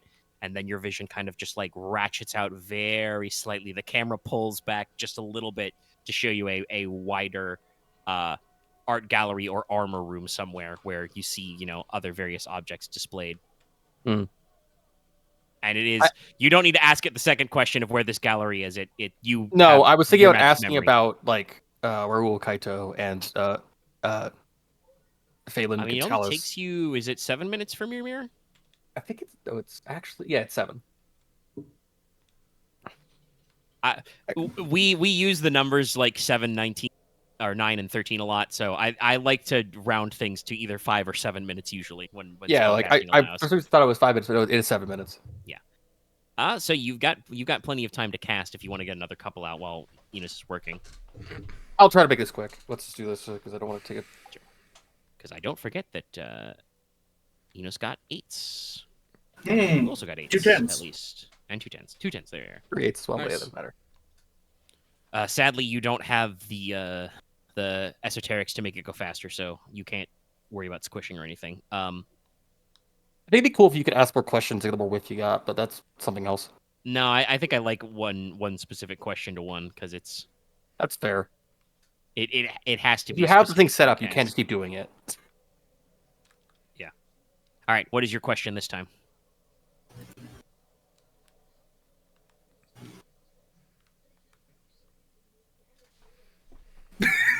Sorry, I had to think of the wording. That's fine. Think. I do ask for it to be specific. Think of the word. Oh, okay, yeah. Sorry, I was about to make a joke about it being like. I'm asking the table this. I want to ask who is Raoul Kaito, but I don't think that works. That That does- is very vague. I would. I So thi- what are? Oh, sorry. Go ahead. Oh no, go. I was going to say, what is the purpose of you asking about him? I just want to get like a sense of who they are, so we at least have something when we're going to go do this. Then just say, either is it a? How do you have to word it exactly? I never actually looked at. It has to be a direct question. Yeah, Um, it has to have a definite. If it has a definite answer, you get a direct answer. Vague questions result in vague answers. I would ask something like, "What crimes has Raoul Kaito committed?" I can think of actually a better one to kind of determine if we have to actually ask any other questions of it. Oh. Is he alive? Yeah, you could do is Raoul Okay. Kaito alive or show me. Or Raoul could I do Kaito. where is Yeah. Kaito Where Raoul? is also works. Yeah, any of those verbs, Yeah. whichever preference you have. Who is Kira? Because I'm going on the kind of theory that he might actually be dead. Actually, let's do that. Where is Kaito Raoul or Raoul Kaito? I'd have to double check, by the way, but you might think that because it's Kaito that it's based in Japanese. No, I think it's something Eastern European. Actually, it's a I know it. surname for Kaito. I just think it is like I my brain sees Arsene as double Arsene. I'm trying to remember which. It was definitely a fictional lawyer that I got the name wrong. But no, What you was also asked, the name of actually the guy I think who was Arsene in the story? Well, yeah, like I said, I mean, Arsène Lupin has a bunch of different aliases. But anyway, Sorry, I've forgotten now because we got in the chat. Was it? Did you ask where? Yeah, where is? Okay, so you're looking in your mirror. You're holding. Where is Raul Kaito, Sir Raul Kaito Esquire? Yeah, I think in the. I joked about probably you a pulling out the tomb? ewer, but you have the silver mirror, right? Yeah, the silver mirror. So yeah, you cast the spell successfully. The mirror fills with kind of a mysterious fog that swirls as the cutscene loads, and then it pans away. And yes, actually, you see a headstone somewhere marshy, swampy. Is it nameless? No, it does say Raul Kaito-esque on it. The thing that's interesting to you is that this tombstone is you're not an expert on tombstones, but you've seen a few. It looks weather beaten. It got some extra moss on it, hasn't been cleaned in a little bit. You check it has the death date on it. The death date is let's say 10 years ago. Oh, geez. Oh. So it appears that Raul Kaito Esquire was a real guy, but he has been dead for a while. Maybe. I want to. This changes now things. I now want to do my follow-up question of what crimes has Well, no. done, but no, yeah. I'd do another cast for that, but yeah. Well, no. Wait, if you ask what crimes, it would go to the real one here. You probably need to think about who is in. Who was masquerading? Yeah. Yeah. I mean, if he is off in some place like a swamp or something, it could just be that, oh, this is a message from him. And then no one's actually seen him. It for was 10 years. mentioned that he has practiced, licensed to practice the King's Law in the Kripaldi region, which is the banner of under the domain of House Marai, which is the Mirror Cages. So he was originally supposed to be from that Swampa region. If he was alive and real, I would absolutely do this voice for him. We're simple country lawyers. I say now. I say. Yes. I guess the question for you guys. I can ask a You follow-up question. Or I can Tell leave me it a here. chicken fried this rice? Or, sure. Well, it brings up. Okay, so to get things straight, the place where Silvertongue Hay was supposed to be owned by one Raul Kaito, correct? Yes. On paper, On it is his paper. name on the deed. His name on the day. We have now learned that Raul Kaito has been dead for 10 years and is probably buried somewhere in the Mirror Cages. Correct. So, I think probably the best thing to ask, when you did your vision last time, did you get a picture of a guy of who was, did you get a vision of who was living there, or did you just get the vision of the sword? I only asked about the item. I didn't ask about who was living in the place. He But I saw got the room that it is held in, and then he asked them, "Hey, mirror, where was that?" And it showed basically gave him the name of the house, because it can do that. It can, if answers have direct answers, it can show them to you abstractly. So I think the point here is to figure out who is actually living at, the house with the name of a sneeze. Oh, supposedly it's that one lady Fallon Catullus, yes. who is, the caretaker for the house? Yes. Okay.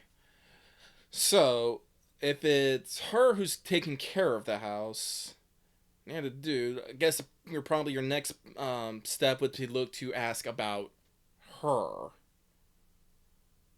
I suppose. So I could ask who lives within Lochmon.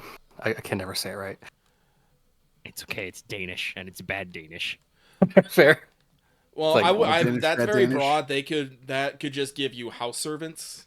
Yeah, fair. I guess who is the living lord of Lochmon?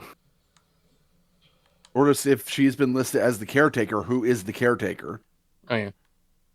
Or I mean, be you the got her caretaker. name. You could ask, because you've never seen her in person, you could ask the mirror, ask Magic, who is Fallon Catullus, and see what happens. I mean, we'll see what happens.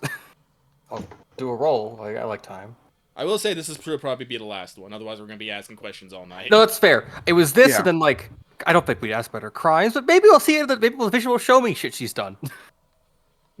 Stealing Well, I mean, candy from a baby. show me your crimes is a cool thing to ask because that does have discrete answers. That is not something you should ask about every character you meet just because No, seeing I'm asking, a TV of their stuff or seeing a movie of their stuff in your magic mirror is not going to be actionable. No, that's right. It's just anyway. I'm gonna roll to see just Also, sanity damage. 5s. I'm good. 5s, you It's say. it 5s and 5s 3s. indeed.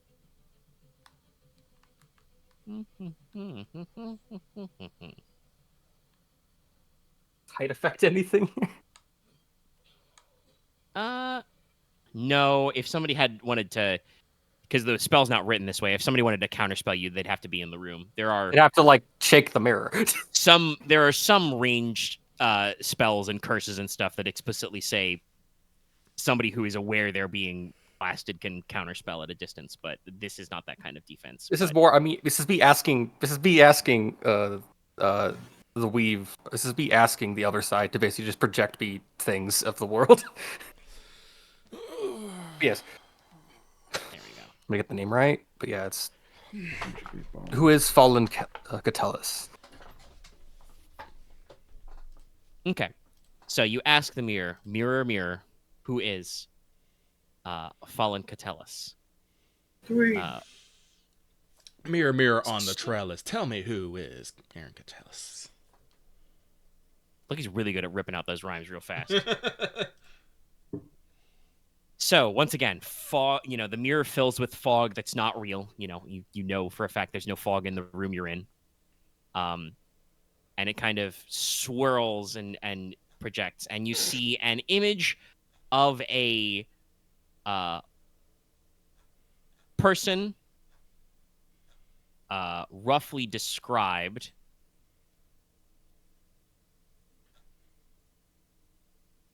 as we say, with the images in line with what Lord Tancred said her rough description was. She's a, how we say, leggy, medium height woman, pale skin, kind of a lean, sharp beauty. Has the demeanor kind of like the bearing, kind of like a hunting dog or a feral cat. You see her and hair kind of like light blonde, platinum blonde with a relatively, actually, like kind of short bob cut. You see her presumably as she appears, out on the town,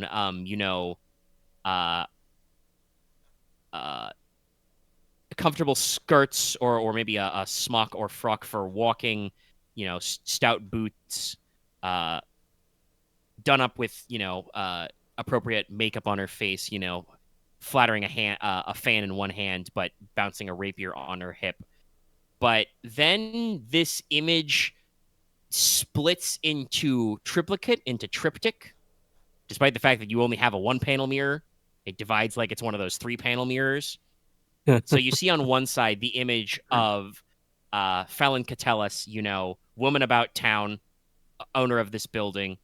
And that image is slightly translucent. Opposite her, not in the middle of the triptych, but opposite her, you see a figure of a woman of roughly the same build, slightly different height because she's wearing like tall riding,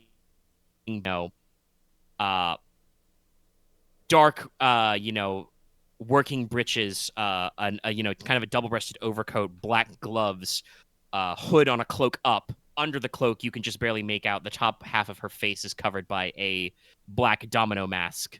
In addition to the rapier in her belt, she has, a hunting knife stuck in the back of her belt. Fallen Catellis in this image, you see kind of a snapshot of different idol poses. She is like, walking, talking, socializing, batting her eyelashes, flattering.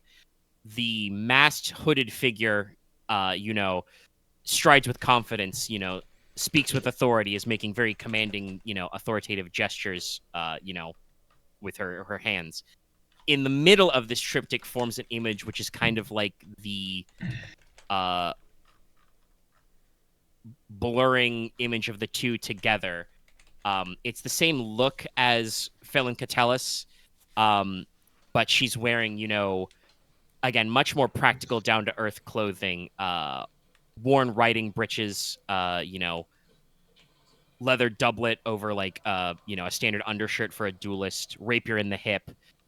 Looks like she's done something with mascara or kohl's to, like, change the shape of her eyes, but still roughly the same facial features.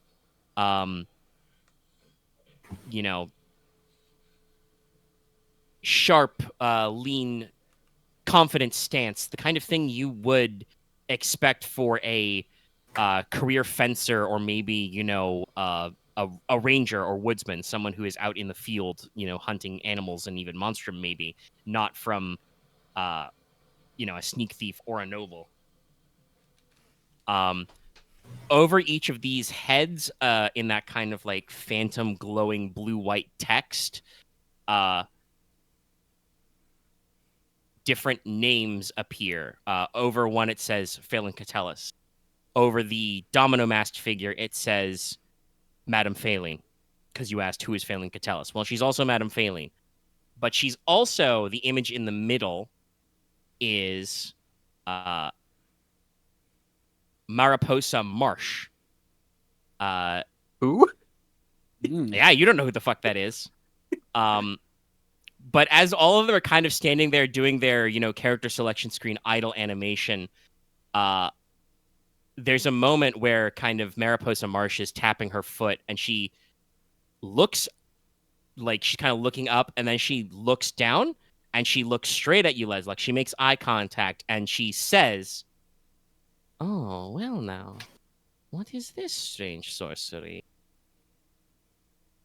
Tilts her head, eye narrows at you. You can't see it. I'm making me. The motion across my neck. Cut it.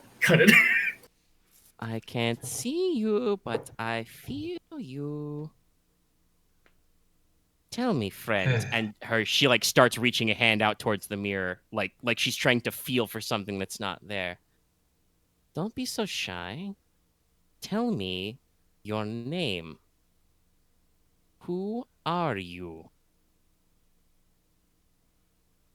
What are you doing, Leslok? I think this is where I think Leslok.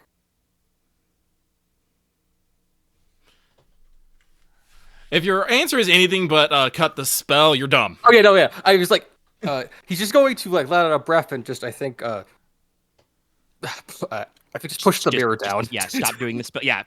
You kind of let the spell go, and at the same time you put the mirror to the floor. You take a couple breaths, you lift it back up. Your mirror's normal again. It's a mirror. So there was a pause there after casting the spell, where I was after you asked your question. That was me going to D1 and secretly rolling an eerie check. That's fair enough.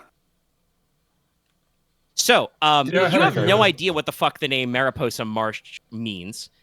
You are now reasonably certain that the person named Phelan Catullus is also the person named Madame Phelan, and also the person named Mariposa Marsh.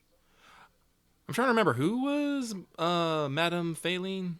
That was the syndicate contact from the New Street Boys. Okay.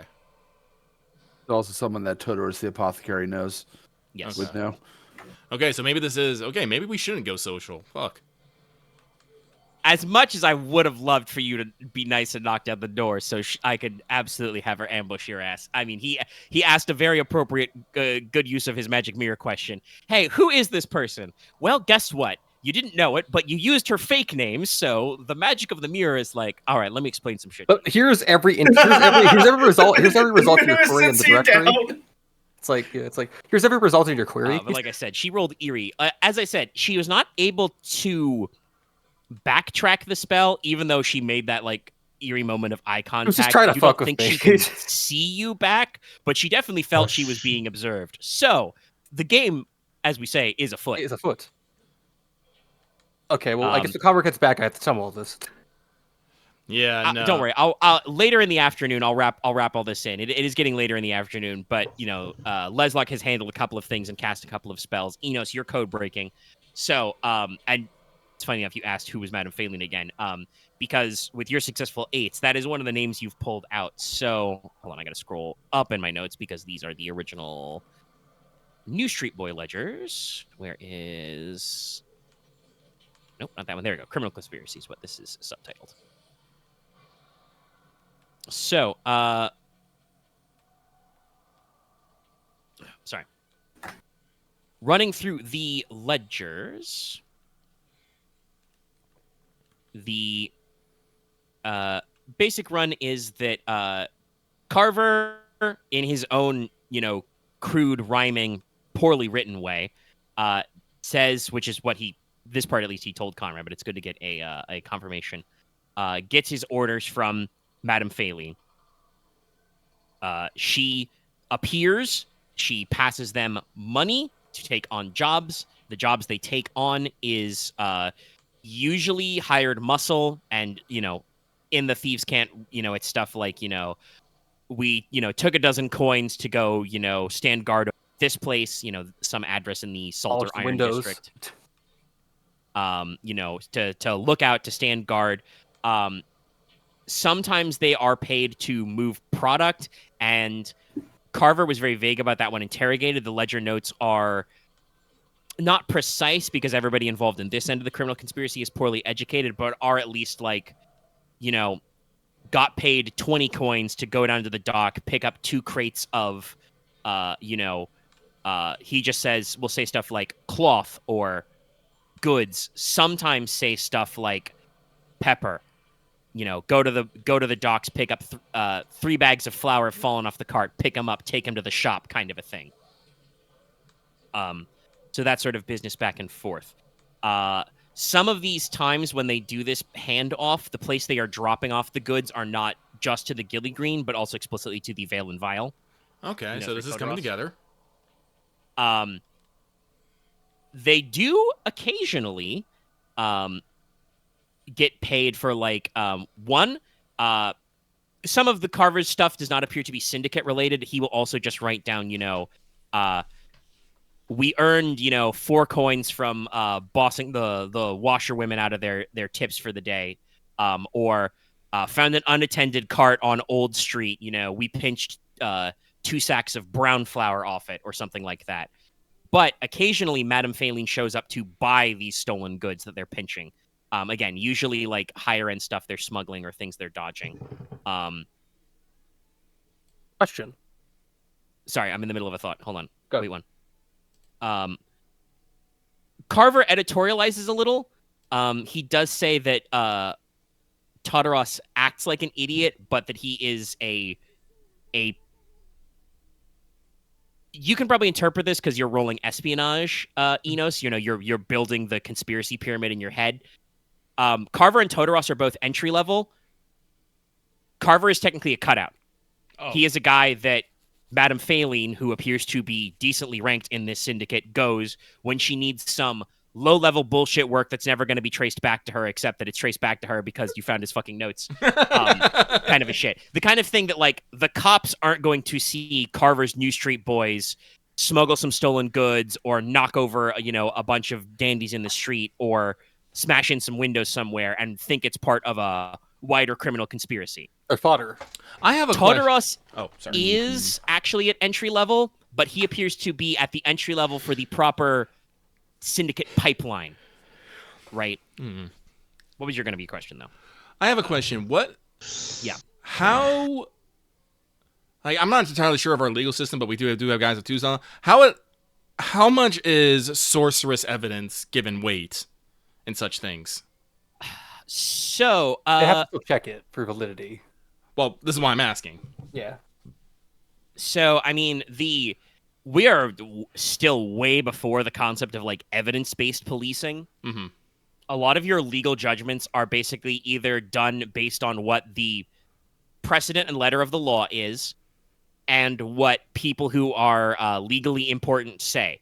If Leslok swears on his honor and his bearing as a sorcerer that he did see something magically that is legitimate. And if it turns out later that he lied or was mistaken or otherwise betrayed his honor, that will be, censure in some form.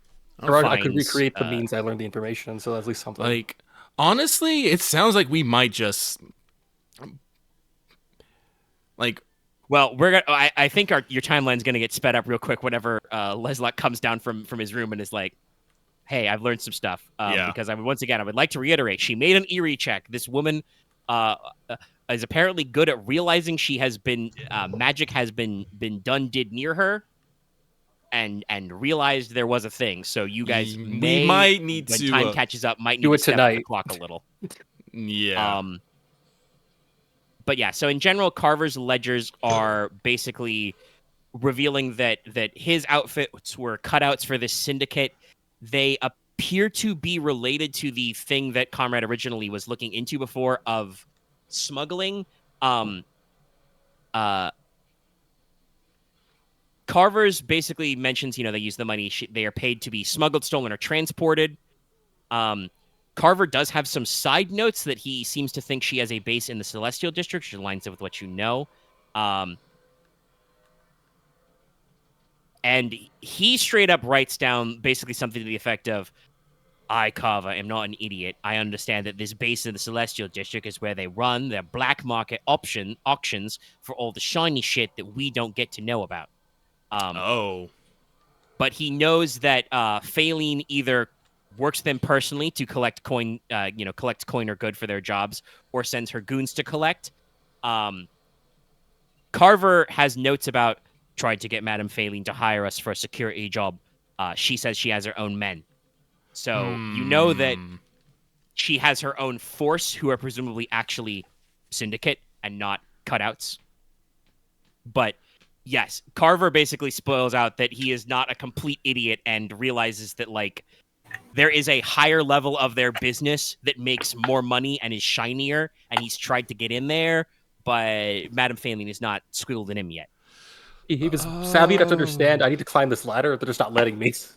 Yeah. But no, I think I wasn't for the kick down the door option. I think we need to do the kick down the door option. And we will swear Enos' honor is probably not as many, but me and my honor. Leslok's honor and Enos' honor, we will swear that we know some shit is fucked up in this house. Well, and at least for the books, that at least we can submit these, but you don't want to assume, because we are talking about, Age of Exploration or colonial era policing. You don't want to say for sure that the cops have somebody who can read this, but you should presume, hopefully, that somebody in the Crown Constable can understand thieves can't, because I also assume someone in the syndicate is also on the cops. Well, again, but we don't have time to think about that deep of a conspiracy, Leslok. No, well, yeah, basically, now it's probably 3 or 4 in the afternoon. It is time for action. He's deciphering his books. Konrad comes back and is like, "Hey, I picked up that carriage we want." And Leslok comes down the stairs. Enos comes out of his workshop. Good idea. I'm glad you got the carriage. Here's what I know. So, it's worse, actually. Yes. Oh, you agree? We're on the same page here. Konrad. What's worse? 1, Kaito. Raoul Kaito has been dead for 10 years. 2, Phaline Caldas is a Madame Phaline. Okay, that tracks. And Inos and Madame Phaline is running black market auctions out of the Celestial District house. Also, her real name might be Mara Pose Marsh, but I don't know anything about that. Also, you guys can all roll me lore real quick, by the way. No diff. I just want you to make a match. I have no lore, so I will not roll. I can't roll because I'm still on a date. It's 4 in the afternoon. How long is your lunch date? You should have been back an hour ago at the latest. Depends on. I said earlier it's 4 o'clock in the afternoon. You know what? I don't know how long it's going to take. It might take a while to peg it down. 4 7s. Yeah, I don't think I need to roll my 2 dice. Okay. When you say her name out loud, you think of something, Leslok? Damn it. Ooh, Logesh also gets it. You fucked up. Technically, I didn't put roll. Yeah. Polly, yeah. You want to do Polly? But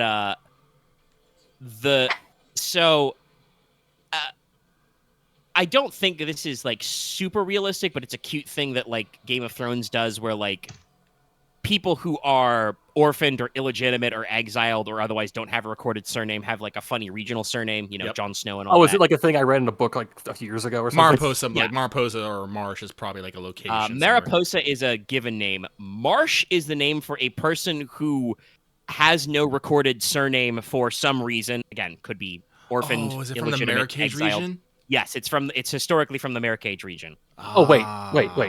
Wait, that means she was an orphan from the Marrakeches where Kaito died. Okay, anyway, but does not matter right now.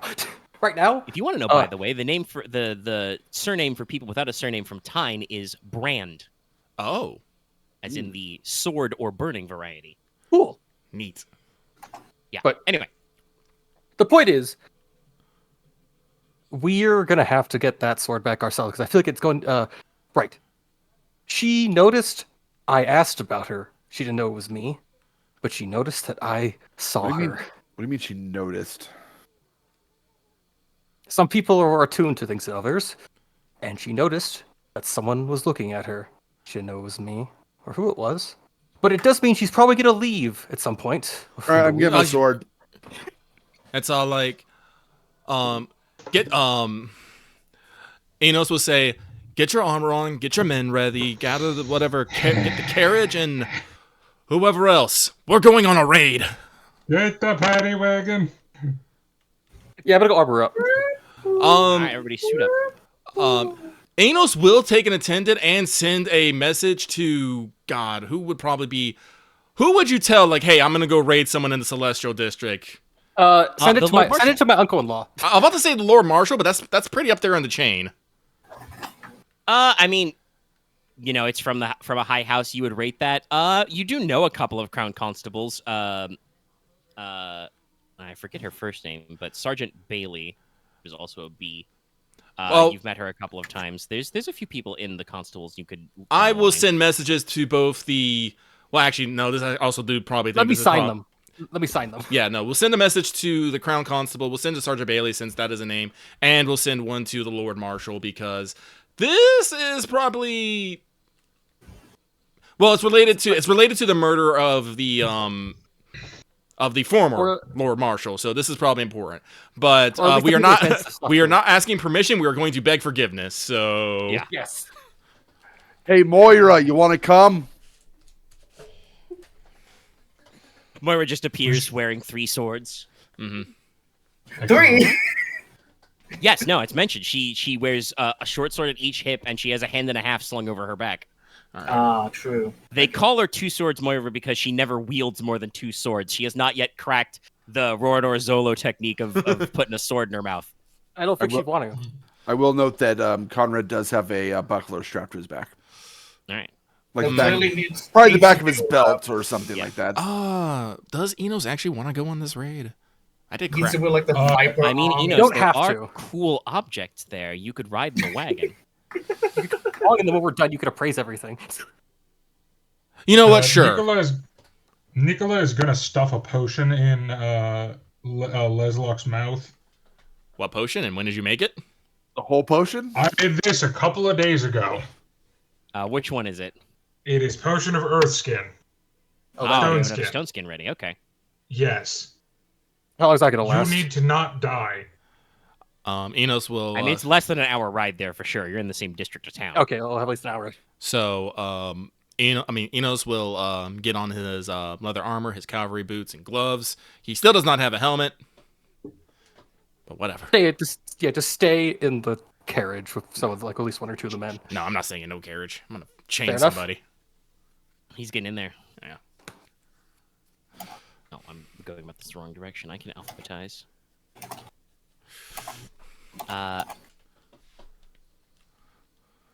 Okay. I do want to say, you know, you guys see all this going on. You're acting. Aurelia's kind of there, and she goes, "All right, I'm not going to ask to go along because it's fucking because that's stupid. But at least let me send a little something. Let me grab her stats. Because this lasts 4 hours. Put in a Konrad sword. No, not that. I don't think she can. I mean, I think she could make it heart-seeking, but that's a little weird. Handling the cast. No, what she's gonna do is, she's gonna cast Way of Animals real quick. If she could already tell about, Nice. if she could already figure out that Leslok was watching her, she'll probably figure out what you're doing with the animal. It doesn't matter. I won't tell you not to, but just so you know. Well, even if she does know, I say good luck to her. So Aurelia will basically take a knee for about 5 minutes and mutters in deep speak. You know, those of you who understand it can know at least have a few points can understand. Basically, you know, she's basically asking for things that crawl, things that fly, things that bite. You know, all that stuff, and it's like 4 o'clock in the afternoon, right? Everything's just hunky dory. It's great. Suddenly there are a fuck ton of birds in your front garden. Let's see. She got 2 9s, so that's width plus height. So she makes 11 threat 1 followers. Bards. That's a lot of birds. Yeah, Damn. so just 11 ravens just land on and around Aurelia, and she just kind of looks at them and it's like, follow that carriage. I'm sorry. She's My first got thought. 9 tricks, so it's there, but it's, you know, follow that carriage. Peck anybody who tries to stop this carriage. You will notice that most of Nicola's various pouches on his armor are full. I'm sorry. My first thought when I really did this, and you said Atlanta is like nice scarecrow impression. One of the crows turns to you angry. You said the forbidden word. Do The scary one. not I'll- speak about mortal Nice. enemy. And, I'll have to yeah, but appease the basically ravens with after baubles and issuing bread a- later. After issuing, you know, a couple of simple orders, because like I said, she got these birds can do 9 different things. We're not going to use all of them. Attack, swarm, peck, retreat, Yeah, basically, and then just you know, ambush. you know, lifts her arms up and, like I said, almost a dozen fucking blackbirds just take to the sky and start circling. Well, that's not And it ominous. lasts. Also, by the way, she can command these for 9 hours. All right, I'm going to start up the carriage. It does have an engine. Yeah. Give it. Actually, that's 2 decades from now. But Shoot, maybe I'll get Way of the Animals. It's fun. get I mean, snakes. they can only ever be threat 1 unless you can do something to like magically boost their threat. Wait, But Leslok, Snakes, how get a lot quiet of do them. we have? How quiet do we have to be? We don't have to be quiet. We're raiding the Okay, place. bring in these then. I will grab 2 jars out of my room. pack 2 filleting jars. Okay. Yeah, baby. I guess we're doing breaching clear tactics. No, I'm just gonna huck these at people. So I would not. Wait, they're fulminating jars, right? They'll just explode with sound and force, right? Yes. Okay. They're shock damage. Okay. Yeah. It won't No, break don't worry. anything. The fire I can do is a lot more targeted. I don't have any messy fire. All right, Conrad, what were you going to say? I was gonna say, there is kind of like a small armory in the, like for all of our men, right there. Yes. I'm gonna grab the biggest axe I can find. All right. You're knocking down You the could door. probably get a big, you know, 2-handed bearded axe, which is probably for either cracking monstrum shells or also maybe doors and windows. You don't know. Yeah. I was going to shoot the lockout, but I think this also works really well. Oh, Honestly, you do, shooting the lockout with soft lead balls is not a great idea. That's fair. guy, I do want to remind not you, yet you do invented have a soul crafter who can literally shatter doors and windows with a True. touch. True. So if we need But to he has to expedite, at least run up and touch something. yes. I like the personal touch, you know. I mean- also do have. You say personal touch. What is more personal than gently caressing a door and seeing it fall to sawdust? I have no idea. I also don't want to can't- think about it. That's called Valid resisting answer. your advances. I Alright, here we can go. just melt the door as well. Just saying. I Well, mean, you can Azoth down the door, but that's a huge overkill. What you need No, is not Azoth, Universal Solvent. oh, you have some alkahest? Yes. Did you make? I swear it, Alice. I need you to actually keep a list of all the stuff that you've actually made. Trust me, I do. I have a I don't big remember list. him making a roll to make alkahest, but he certainly had the time to do it. It's more just if he has the spell. That's not it. That's Yes, it's there it is. Advantages. a little pricey as far as But, alchemy goes. I guess we go. Off we go. Off we go. I guess the lamplight our lamplighters will just run with the carriage or I guess we could cling to it. They are the carriage dogs. And as we take off, I go, Ignis, block to me. Yes. Do me minutes. And Blot, who is a rook and is slightly larger, but I imagine Blot just forms, the command unit of your wing of blackbirds, of ravens. We're going on a cat hunt. But yeah, so like I said, like cooler in my it's head. 4 in the afternoon, sun's starting to come down low. It's still spring, so Sunset's gonna be an hour. actually, good question. You have a coachman for this, so don't worry about like your skill level. But like, how fast is the coachman rolling up on this house? I would like to say speed is of the essence, especially if she knows. We don't know what she's gonna do, so I would maybe tone it down at least a step, just so we don't like potentially injure people on the way there. Yeah, just within ability that you can steer the thing. Right, you are, sir. Yeah, let's go, boys.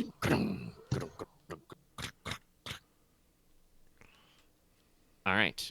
So first of all, because you guys are doing a speed, give me a sight roll as you approach the place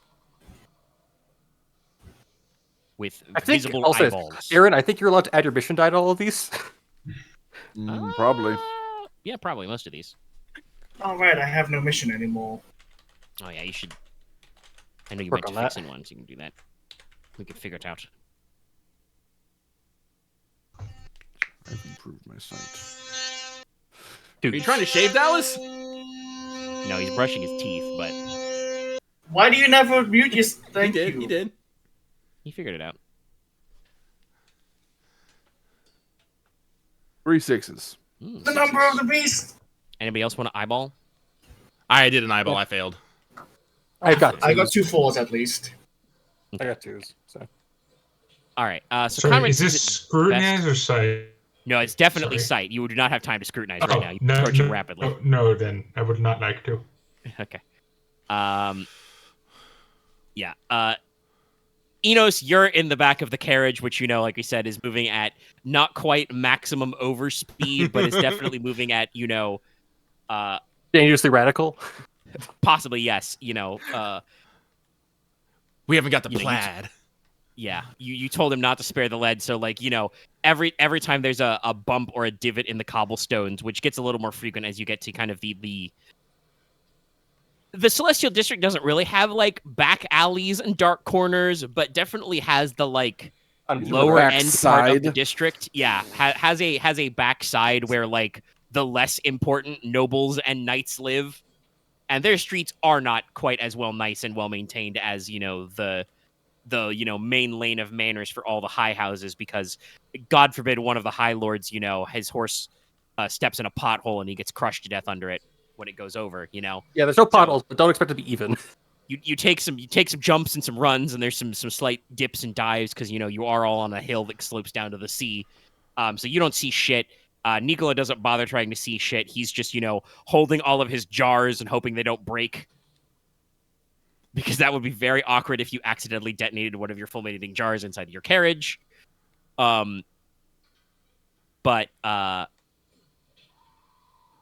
Logesh and Leslok, the 2 L's, you can see, kind of like I said in the later afternoon light, a rough run of Yuktwain House. It looks like it has a spiked wrought iron fence embedded in, deep thorny hedges and climbing vines. Real classic, like I said, Renaissance or swashbuckle era keep out sign, effectively. The house itself is a large 2-story manor. It's got kind of a plantation style. It's got a long colonnade and covered veranda, which wraps around the entire outside. Nice. So there's a deck that goes all the way around with columns. I love those. Yeah. Nice. There is a couple of outbuildings. There's a carriage house and a servant's quarters. And what Konrad can see is that there's definitely a little bit of activity at the carriage house. You can see what looks like a couple of servants and a couple of generic men. Looks like they're getting ready to move. They're either taking stuff off hurriedly on the carriage to make space, or they are loading stuff onto wagons very rapidly. All of you can see with a successful roll, there's a pretty large flower garden in the place that looks slightly unkempt. There are a couple of tall trees. There are, attic windows at the top level facing front and back, and there's some other big side windows, but all the windows are wrapped in big, dark curtains. There is a cellar entrance to the scullery and there's a cellar door to the basement wine cellar, and there's a back servant's door to the scullery, and there is a large, double front door with steps going up. But what Konrad sees in particular is that basically, as you're approaching rapidly. It's a cause for concern. That as you guys basically pull up and park, there you do a head count. There are about 15 men out there. Yeah, 15 is the right number. 15 men out there wearing, dark, canvas or wool overcoats. They've got, bandanas pulled around their faces. They've got knives in their belts, and they have crossbows. And so, where I'm going to end this session, because we have been recording for 3 hours and 46 minutes, is with us getting about to step out and do combat, because there are a bunch of goons outside. Hired goons, even. Droogs. And so that will be where we continue next time for the exciting conclusion. Yes. But yeah. No, that one kind of rapidly spiraled the way I thought it would.